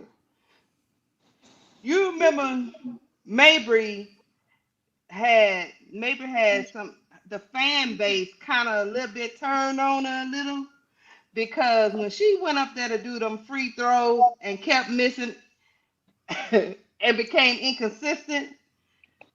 Yeah. And then Kennedy Carter came in. It was like a perfect storm. She didn't want to be there anymore, and that's fine. There's nothing wrong with that. Can you repeat that? The fans turned on her. Can you say that again for me? Say it louder. What that got to do with anything? Fans are turning on That's anybody. what really happened, KSAP. Lakeisha's telling the truth. Let her talk. Yes. That ain't what the problem was. Let Lakeisha talk. Let Lakeisha talk. Let Lakeisha talk. The fans kind of turned on him because they was expecting a consistent player. She was a veteran. She was one of the veterans on the team. We shouldn't have to worry about her going up to the line, losing being consistent, doing turnovers, having 2 points this game, having 20 the next game. We should have been able to check the box on Marina Mabrey. When that did not happen, the fans were not happy with her. Of course they wasn't, because they didn't get what they thought they was gonna get. So she got upset because the fans turned on her. That's what you saying, bro, Gad? That's what you saying? Because the fans held her accountable for her play. That's not what I said. You said let Lakeisha talk because that's what she was talking about, talking about the fans. So if you want to disagree with me, disagree with what Lakeisha said too, because she said it. No, I'm not disagreeing, but I'm saying, is that what you're saying? She got pissed off because the fans turned on her and the fans was holding her accountable? And I'm telling you that the friction. I'm telling you that the friction started when Kennedy Carter was inserted in that lineup. That's what the problem was. She got pissed off because her minutes got put down, she got put on the bench, and her production went down. And you too are correct, K-Fab. Instead of just dissing players that have long left. I'm not dissing her. How's that dissing her? But Bogart, here's the thing what K-Sap is saying. The reason why I brought up the fans is because the fans were calling for Kennedy Carter when she was on the bench. They had to. She was dropping 20 again. Exactly. And that made Mabrey feel bad and made her feel uncomfortable. And if people don't want you there, then I want to get out. That's the same thing that happened to Vince Young in Tennessee. When the fans turned their back on Vince Young, he wanted out. He wanted to leave the house with a gun, go down the street like he was going to commit suicide. See, that's the things that be true. Exactly. So why are you going to let fans, get to you where I want to get out? KSAP, you ain't got to tell me that the fans will turn on you if you underperform. You ain't got to tell me that. But why you got to run from Wallace went through the same thing. Chrissy Wallace and Mitchell went through so much criticism in those 8 losses.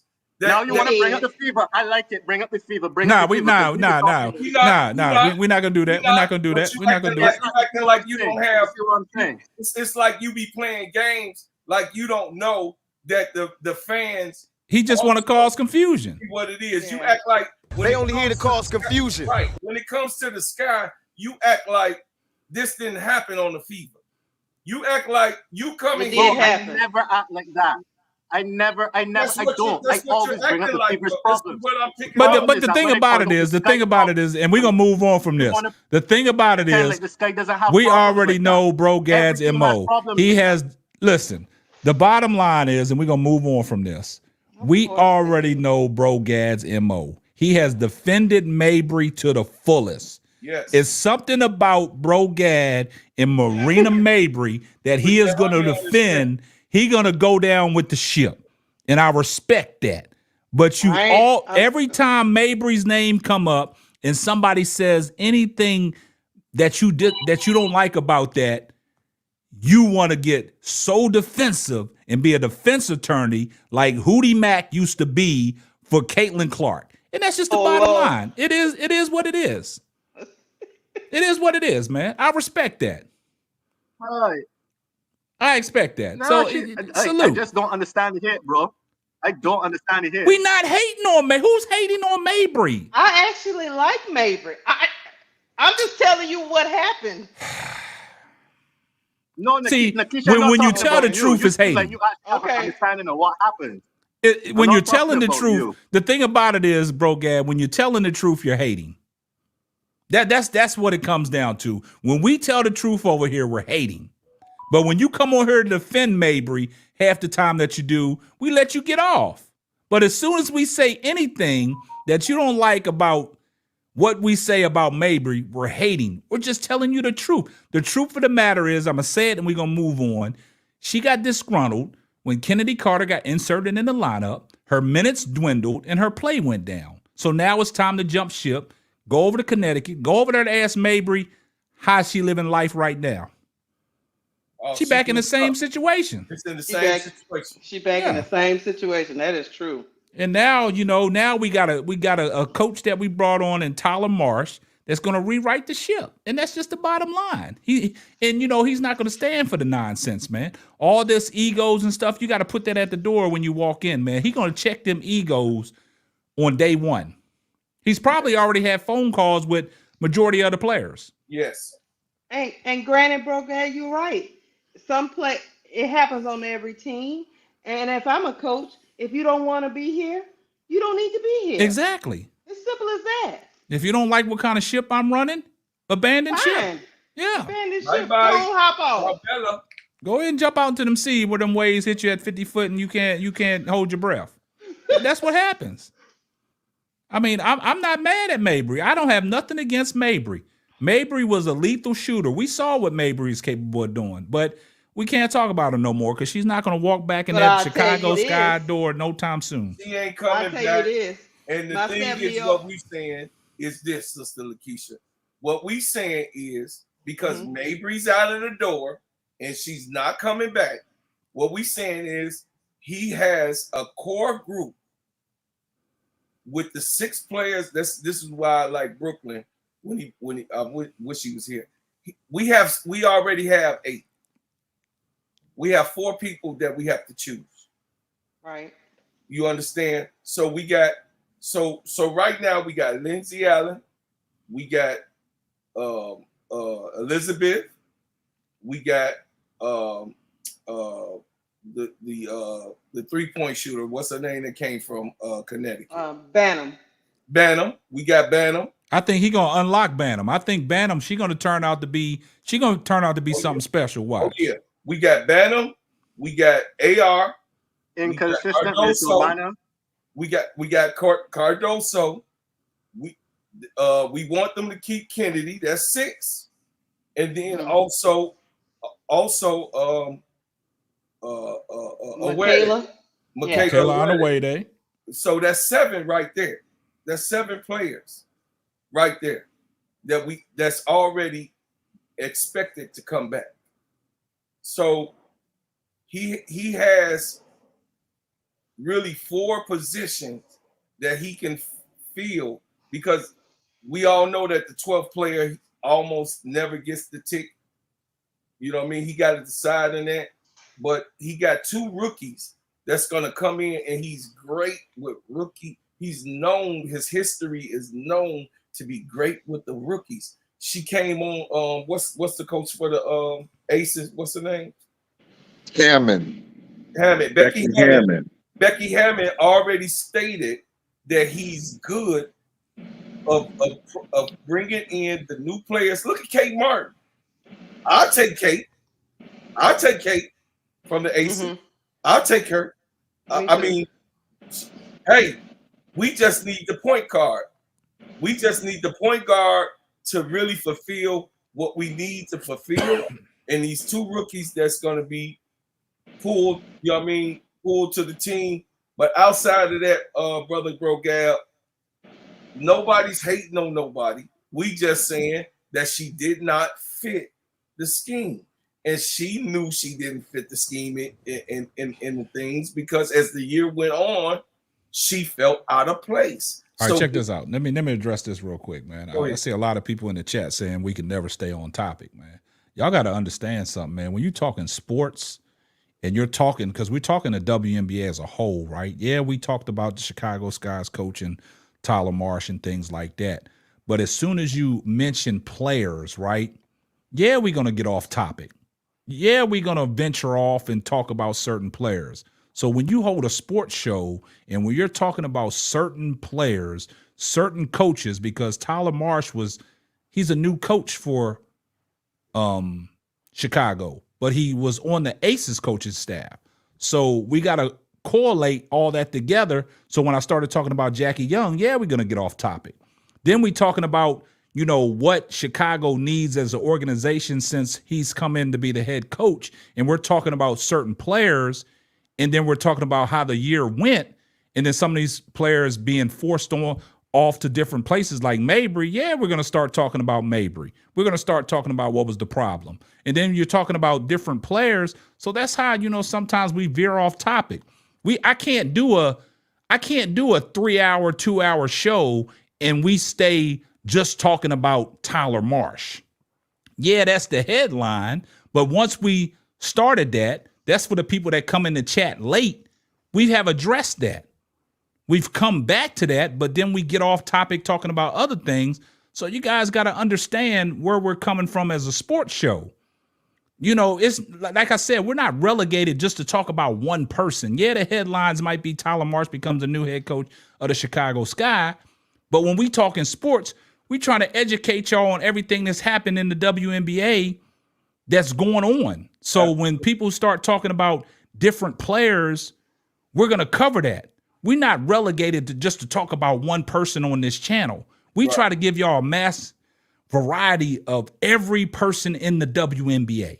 Yes. And that's why I love my panel, because they have the knowledge of talking about more than just one player, one coach, and one team.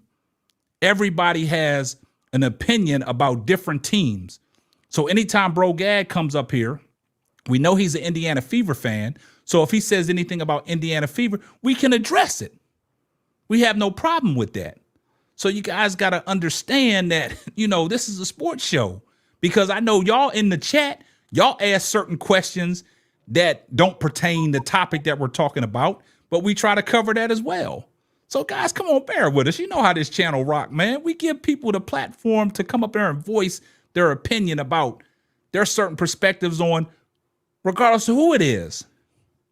But I just want y'all to understand, is we're not going to be bogged down just to one player and one team. We give you a mass variety of the WNBA as a whole. Now we'll continue. Yeah, well, like I said, the thing is that what you have up there, you have Tyler Marsh. We talked about him. You got the Chicago Sky. We still on your second. We still on your second topic because we're talking about the awareness of what the team that we have now and the comparable of what we had. What we did had exactly. So then, you know what I mean? We could talk about the new coach, which is the third header of what he's going to do with this team, and which that's where we were going, K-Sal. So, you know, the thing is this. When you're in a controlled environment, there's always chaos that's going to come. And this also is with this show. So when things like people like that come in that has their own, you know, their different opinion, they respectfully, because this is the type of show that you run, respectfully, we let them be able to have their say. But we also, as a right, go with facts, and the actual production of whatever they saying. Because the execution, what we're talking about right now is the execution of where we're at now. So what can we do better? Okay, if you want to be something else to be talked about, or if you only want the coach to be talked about, come on, man. There's no show that's on TV that even runs a show like KSAP and Simply Ball Dropping. There's no show right now on YouTube or even on the air that you can have a panel that really has their say with the team that they like, the player that they like. I'm glad you pointed that out. The way that we reference and the way we just not talking off of the hip. We're here to say, hey, me, myself, I know a lot of history of the game. I'm a little older than most, so I know about how the league and the process of the men's go. This is really my first time actually looking so close into how the women's league is being ran now, and to what BD was saying. He's been watching it for a long time, and his recollection of how the rookies had got treated. He brought up the history. People like BD is needed to say, hey, this is what I've experienced as I've been watching, because I didn't stay with the WNBA this whole 28 years. I've been in and out with my special players that I like. You know, I started watching Brittany Griner her first 3 years because I like Brittany Griner. I like Lisa Leslie. I like Cheryl Swoops and Tina Thompson. So after those I love Candace Parker because she's my homegirl. She right here from the crib. So you said everybody but Maya Moore. I like Maya Moore, but I'm just telling you, BD, I wasn't able to have the experience that you had. See how what you just did? This is why we need somebody like BD Smith. You got what I'm saying? So, and Sister Rikia coming from a female's perspective, because we have females on this channel all the time. And people like Sister Keisha, he's able, from a woman's point of view, not just the man's point of view, but from a female's point of view of what she's seeing in the game, because she's familiar, because she was raised with boys. She's familiar with how it's supposed to go. She's familiar on what a woman thinks when she's in this type of situation. So it's very necessary to hear each and every person that KSAP has on this panel to be able to articulate their thoughts, what they see, and the actual facts of what the game's going. I'm done. Man, I appreciate that, man. Look, I'm gonna give everybody a chance to speak, and then we're gonna get up out of here. Go ahead, Lakeisha, what you got? Well, Going back to Tyler Marsh, I think he's a great fit. I think he's gonna be really good at developing the players and all that good stuff. The only question marks, like we've said before, we got to figure out how much of X's and O's Yeah, and making rotations and yeah, putting the right rotations in at the right time in games. His adjustments during games, that's yet to be seen because he hasn't been in that position before. But overall, because he's going to have such a young core team with some veterans, I think he's a great fit for the job because it's every coach, like I said before, every coach don't like developing players, yeah. and those women on that team need to be developed. So that's why I think it's a great hire. That's a great point. But like I said, Lakeisha, this is where I'm gonna stand pat before I get off into anything else, man. I got to see who's on that coaching staff, man. I got to I see know. what that coaching staff look like, man, because he could come in by himself and have that same coaching staff. And we know Teaspoon's coaching staff really didn't have that much of an input. So we got to see if we could we got to see if we got some like-minded people that are going to help him out. All right, bro, Gad, what you got? Yeah, I'll be honest with you. I think he's gonna get his own coaching staff just because I don't think like someone who is coming from the Aces and who is used to a particular environment is going to agree to a job without certain conditions. Like Exactly. why would you take the head coaching job and just be like, okay, but the front office is gonna choose who's gonna be my staff? Nah, that's not a good position to be in. Yeah. So I think he will get his own staff. I think he'll probably focus on getting people he's either worked with before or that have some experience. He'll probably get people who are more experienced than him, probably like to help with the X's and O's, so he can focus on developing the players. Yeah. Since that's like his forte. And I'll be honest with you, like we keep talking about how this guy need to draft a point guard. I think the first thing you would want to do, and Lindsey Allen is not the answer. See if you can find a veteran point guard in the league already, so that when you draft a point guard, they have someone to work with. Yeah. This isn't necessarily going to be your starting point guard. It could be a point guard that had some good years but is wasting away on someone's bench, that isn't going to get a lot of minutes somewhere else. They could come in, they could just do the understudy work with your draft point guard, so that they're not just thrown out there and they have to learn everything on the fly, because that's how mistakes are made. And then all of a sudden you're like, oh, the point guard we drafted is a bust. Well, no, it's not bust. It's just that you put them in an impossible situation. So if I were this guy, before I'm saying like, okay, let me go draft a point guard, just any point guard, I would put them in a position to succeed first. Put them in a position to succeed, because you have to have healthy expectations. Yeah. To me, next year is a season for this guy to make steps towards getting into the playoffs.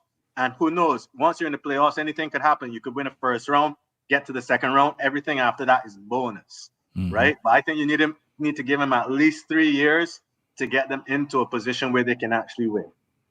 Great take. What you got, BD? First of all, I want to say this, BD. This is the first time you came on the panel making sense. All right, go ahead. I make sense all the time. Now, you don't have to agree with me, but that don't mean I don't make sense. No, you make sense today, man. You covered some I ain't got any last words other than thank you for letting me on and defend myself from earlier. No, you ain't got to defend yourself, man. I appreciate that. But y'all got to understand. Y'all know how this channel go, man. A lot of people act like they brand new, man. I'm not. See, I'm not. No, I I'm don't not talking mind about arguing you. with y'all. No, I'm not talking about you. I'm talking about the chat, man. I love the chat, man. But y'all know how we do, man. It's every single show we do. Y'all know we get off topic. And that's what y'all love about the show. Because y'all love seeing us go back and forth. Because I saw somebody in the chat say, I like the way that Bro Gad gives pushback. That makes for a great show. I mean, we can't have a show with everybody agreeing with everybody. Would y'all sit here and watch a show for 3 hours with everybody agreeing with everybody? No. Shows that have some, some fireworks, man. Yeah, like some we conflict. we had a show that we did, and everybody loves Brooklyn. Everybody loves Brooklyn. But if y'all remember that show we did, and we disagree with Brooklyn, and Brooklyn got in his feelings. Him and Tony was going back and forth. Y'all love that show. Y'all love that show. Oh yeah. Oh yeah. A lot so, you know, that's what I'm saying. I shot you a message. I don't know if you looked at it, Bro Claude, from the last show. I shot you a message. I wanted to give you some feedback on what somebody texted me about, you know, how you be breaking things down and giving a history lesson. Take a look at your Instagram. Okay. And then respond back to me. Okay. But yeah, but I appreciate everybody that tuned in tonight. You know what I'm saying? But you know, it's about that time. My Minnesota Vikings about to come on, man. So I gotta shut this show down, man. You know what I'm talking about? Yeah. So we got some Sunday night football. But we'll be back tomorrow night. We got something in store for y'all tomorrow night. So y'all stay tuned tomorrow night. I'll be back on around about 8:30 Central Standard Time. Make sure y'all set y'all's clocks. We're going to have an explosive show. It's going to be some fireworks. And we just going to keep this thing popping, man. I told you we're going to... Say the date again. Tomorrow. Say the date one more time.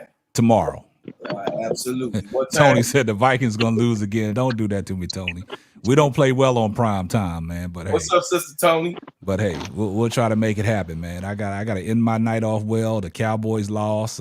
We got to keep it moving. We you know, Cowboys lose and my Vikings win. My night we'll be all right. We'll be all right. But hey, but I appreciate you always, Lakeisha, man. Appreciate you, Bro Gad. Appreciate you, BD. Appreciate you, Bro Claude. Hey, man, we're gonna keep it pushing, man. I told you we're gonna be here all off season long, man, because the news gonna break every time. But you know, we got something in store for Stephanie White, man, and Indiana Fever, Bro Gad. Don't worry about it. Then we can let you really get off. Can't stop. What's up? I hope you know that Stephanie White got her starting the player development too. All right. Hey, I like Stephanie White. All right. Shit, I don't know if you saw the show I did. I thought, man, that was me and Lakeisha. That was our hire for Chicago. That was our first pick. Either Stephanie White. If we don't get Stephanie White, I would take Christy Sides. But like I said, Tyler Marsh was a monkey wrench in the system. Tyler Marsh, honest, I think like he's the perfect fit for this guy. I actually think he's a better fit for this guy than Stephanie White, in my opinion. Yeah, but the thing about it is, because the thing about it is, I don't know if y'all saw Chicago Sky Central. He covered it about 2 weeks ago. He was on one of his radars as an assistant coach, being a head coach of one of these head coaching jobs. And he brought Tyler Marsh's name up. And I had to give him kudos when I did the video, man, because he was probably only the one person that really had Tyler Marsh as a head coaching consideration for anybody. Hey, K-Sap, before you go, we on Simply Ball Dropping podcast. I wanted to know your final thoughts on where we go from here. What are you talking about, like in Chicago? Man, we only can go up, man. We everything that happened last year, we got to let that go. We got to move on, man. We got to start off in the right direction. And like I said earlier, I hope Tyler Marsh has been on the phone talking to his players, you know, setting the expectation, because you got to build that culture as soon as possible. Because, you know, the WNBA really ain't got time for a off-season workout and things like that, because certain players, they go overseas and play, so they don't have that camaraderie. So I hope he's doing his due diligence of hitting people up. Yeah, Rachel Bailey said she was going to stay over here to work out with the girls that is on the team. So, you know, that's a good start. But, you know, I appreciate it. I just wanted to know exactly where, you know, where we go from here in your perspective, because you be on. I'm like Aunt Dix. Jeff is not off the hook. Here comes the money.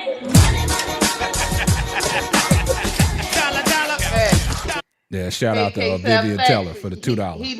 He's not off the hook at all. No, he not off the hook yet. Yeah, he's not off the hook yet. You got to make some smart picks. Yeah, smart picks and whatever you're gonna do in free agency. But hey, I'm glad that you put that up there, and appreciate you, Vivian Taylor, and I'm glad you put that up there, Aunt Dix. Yeah, he is not off the hook.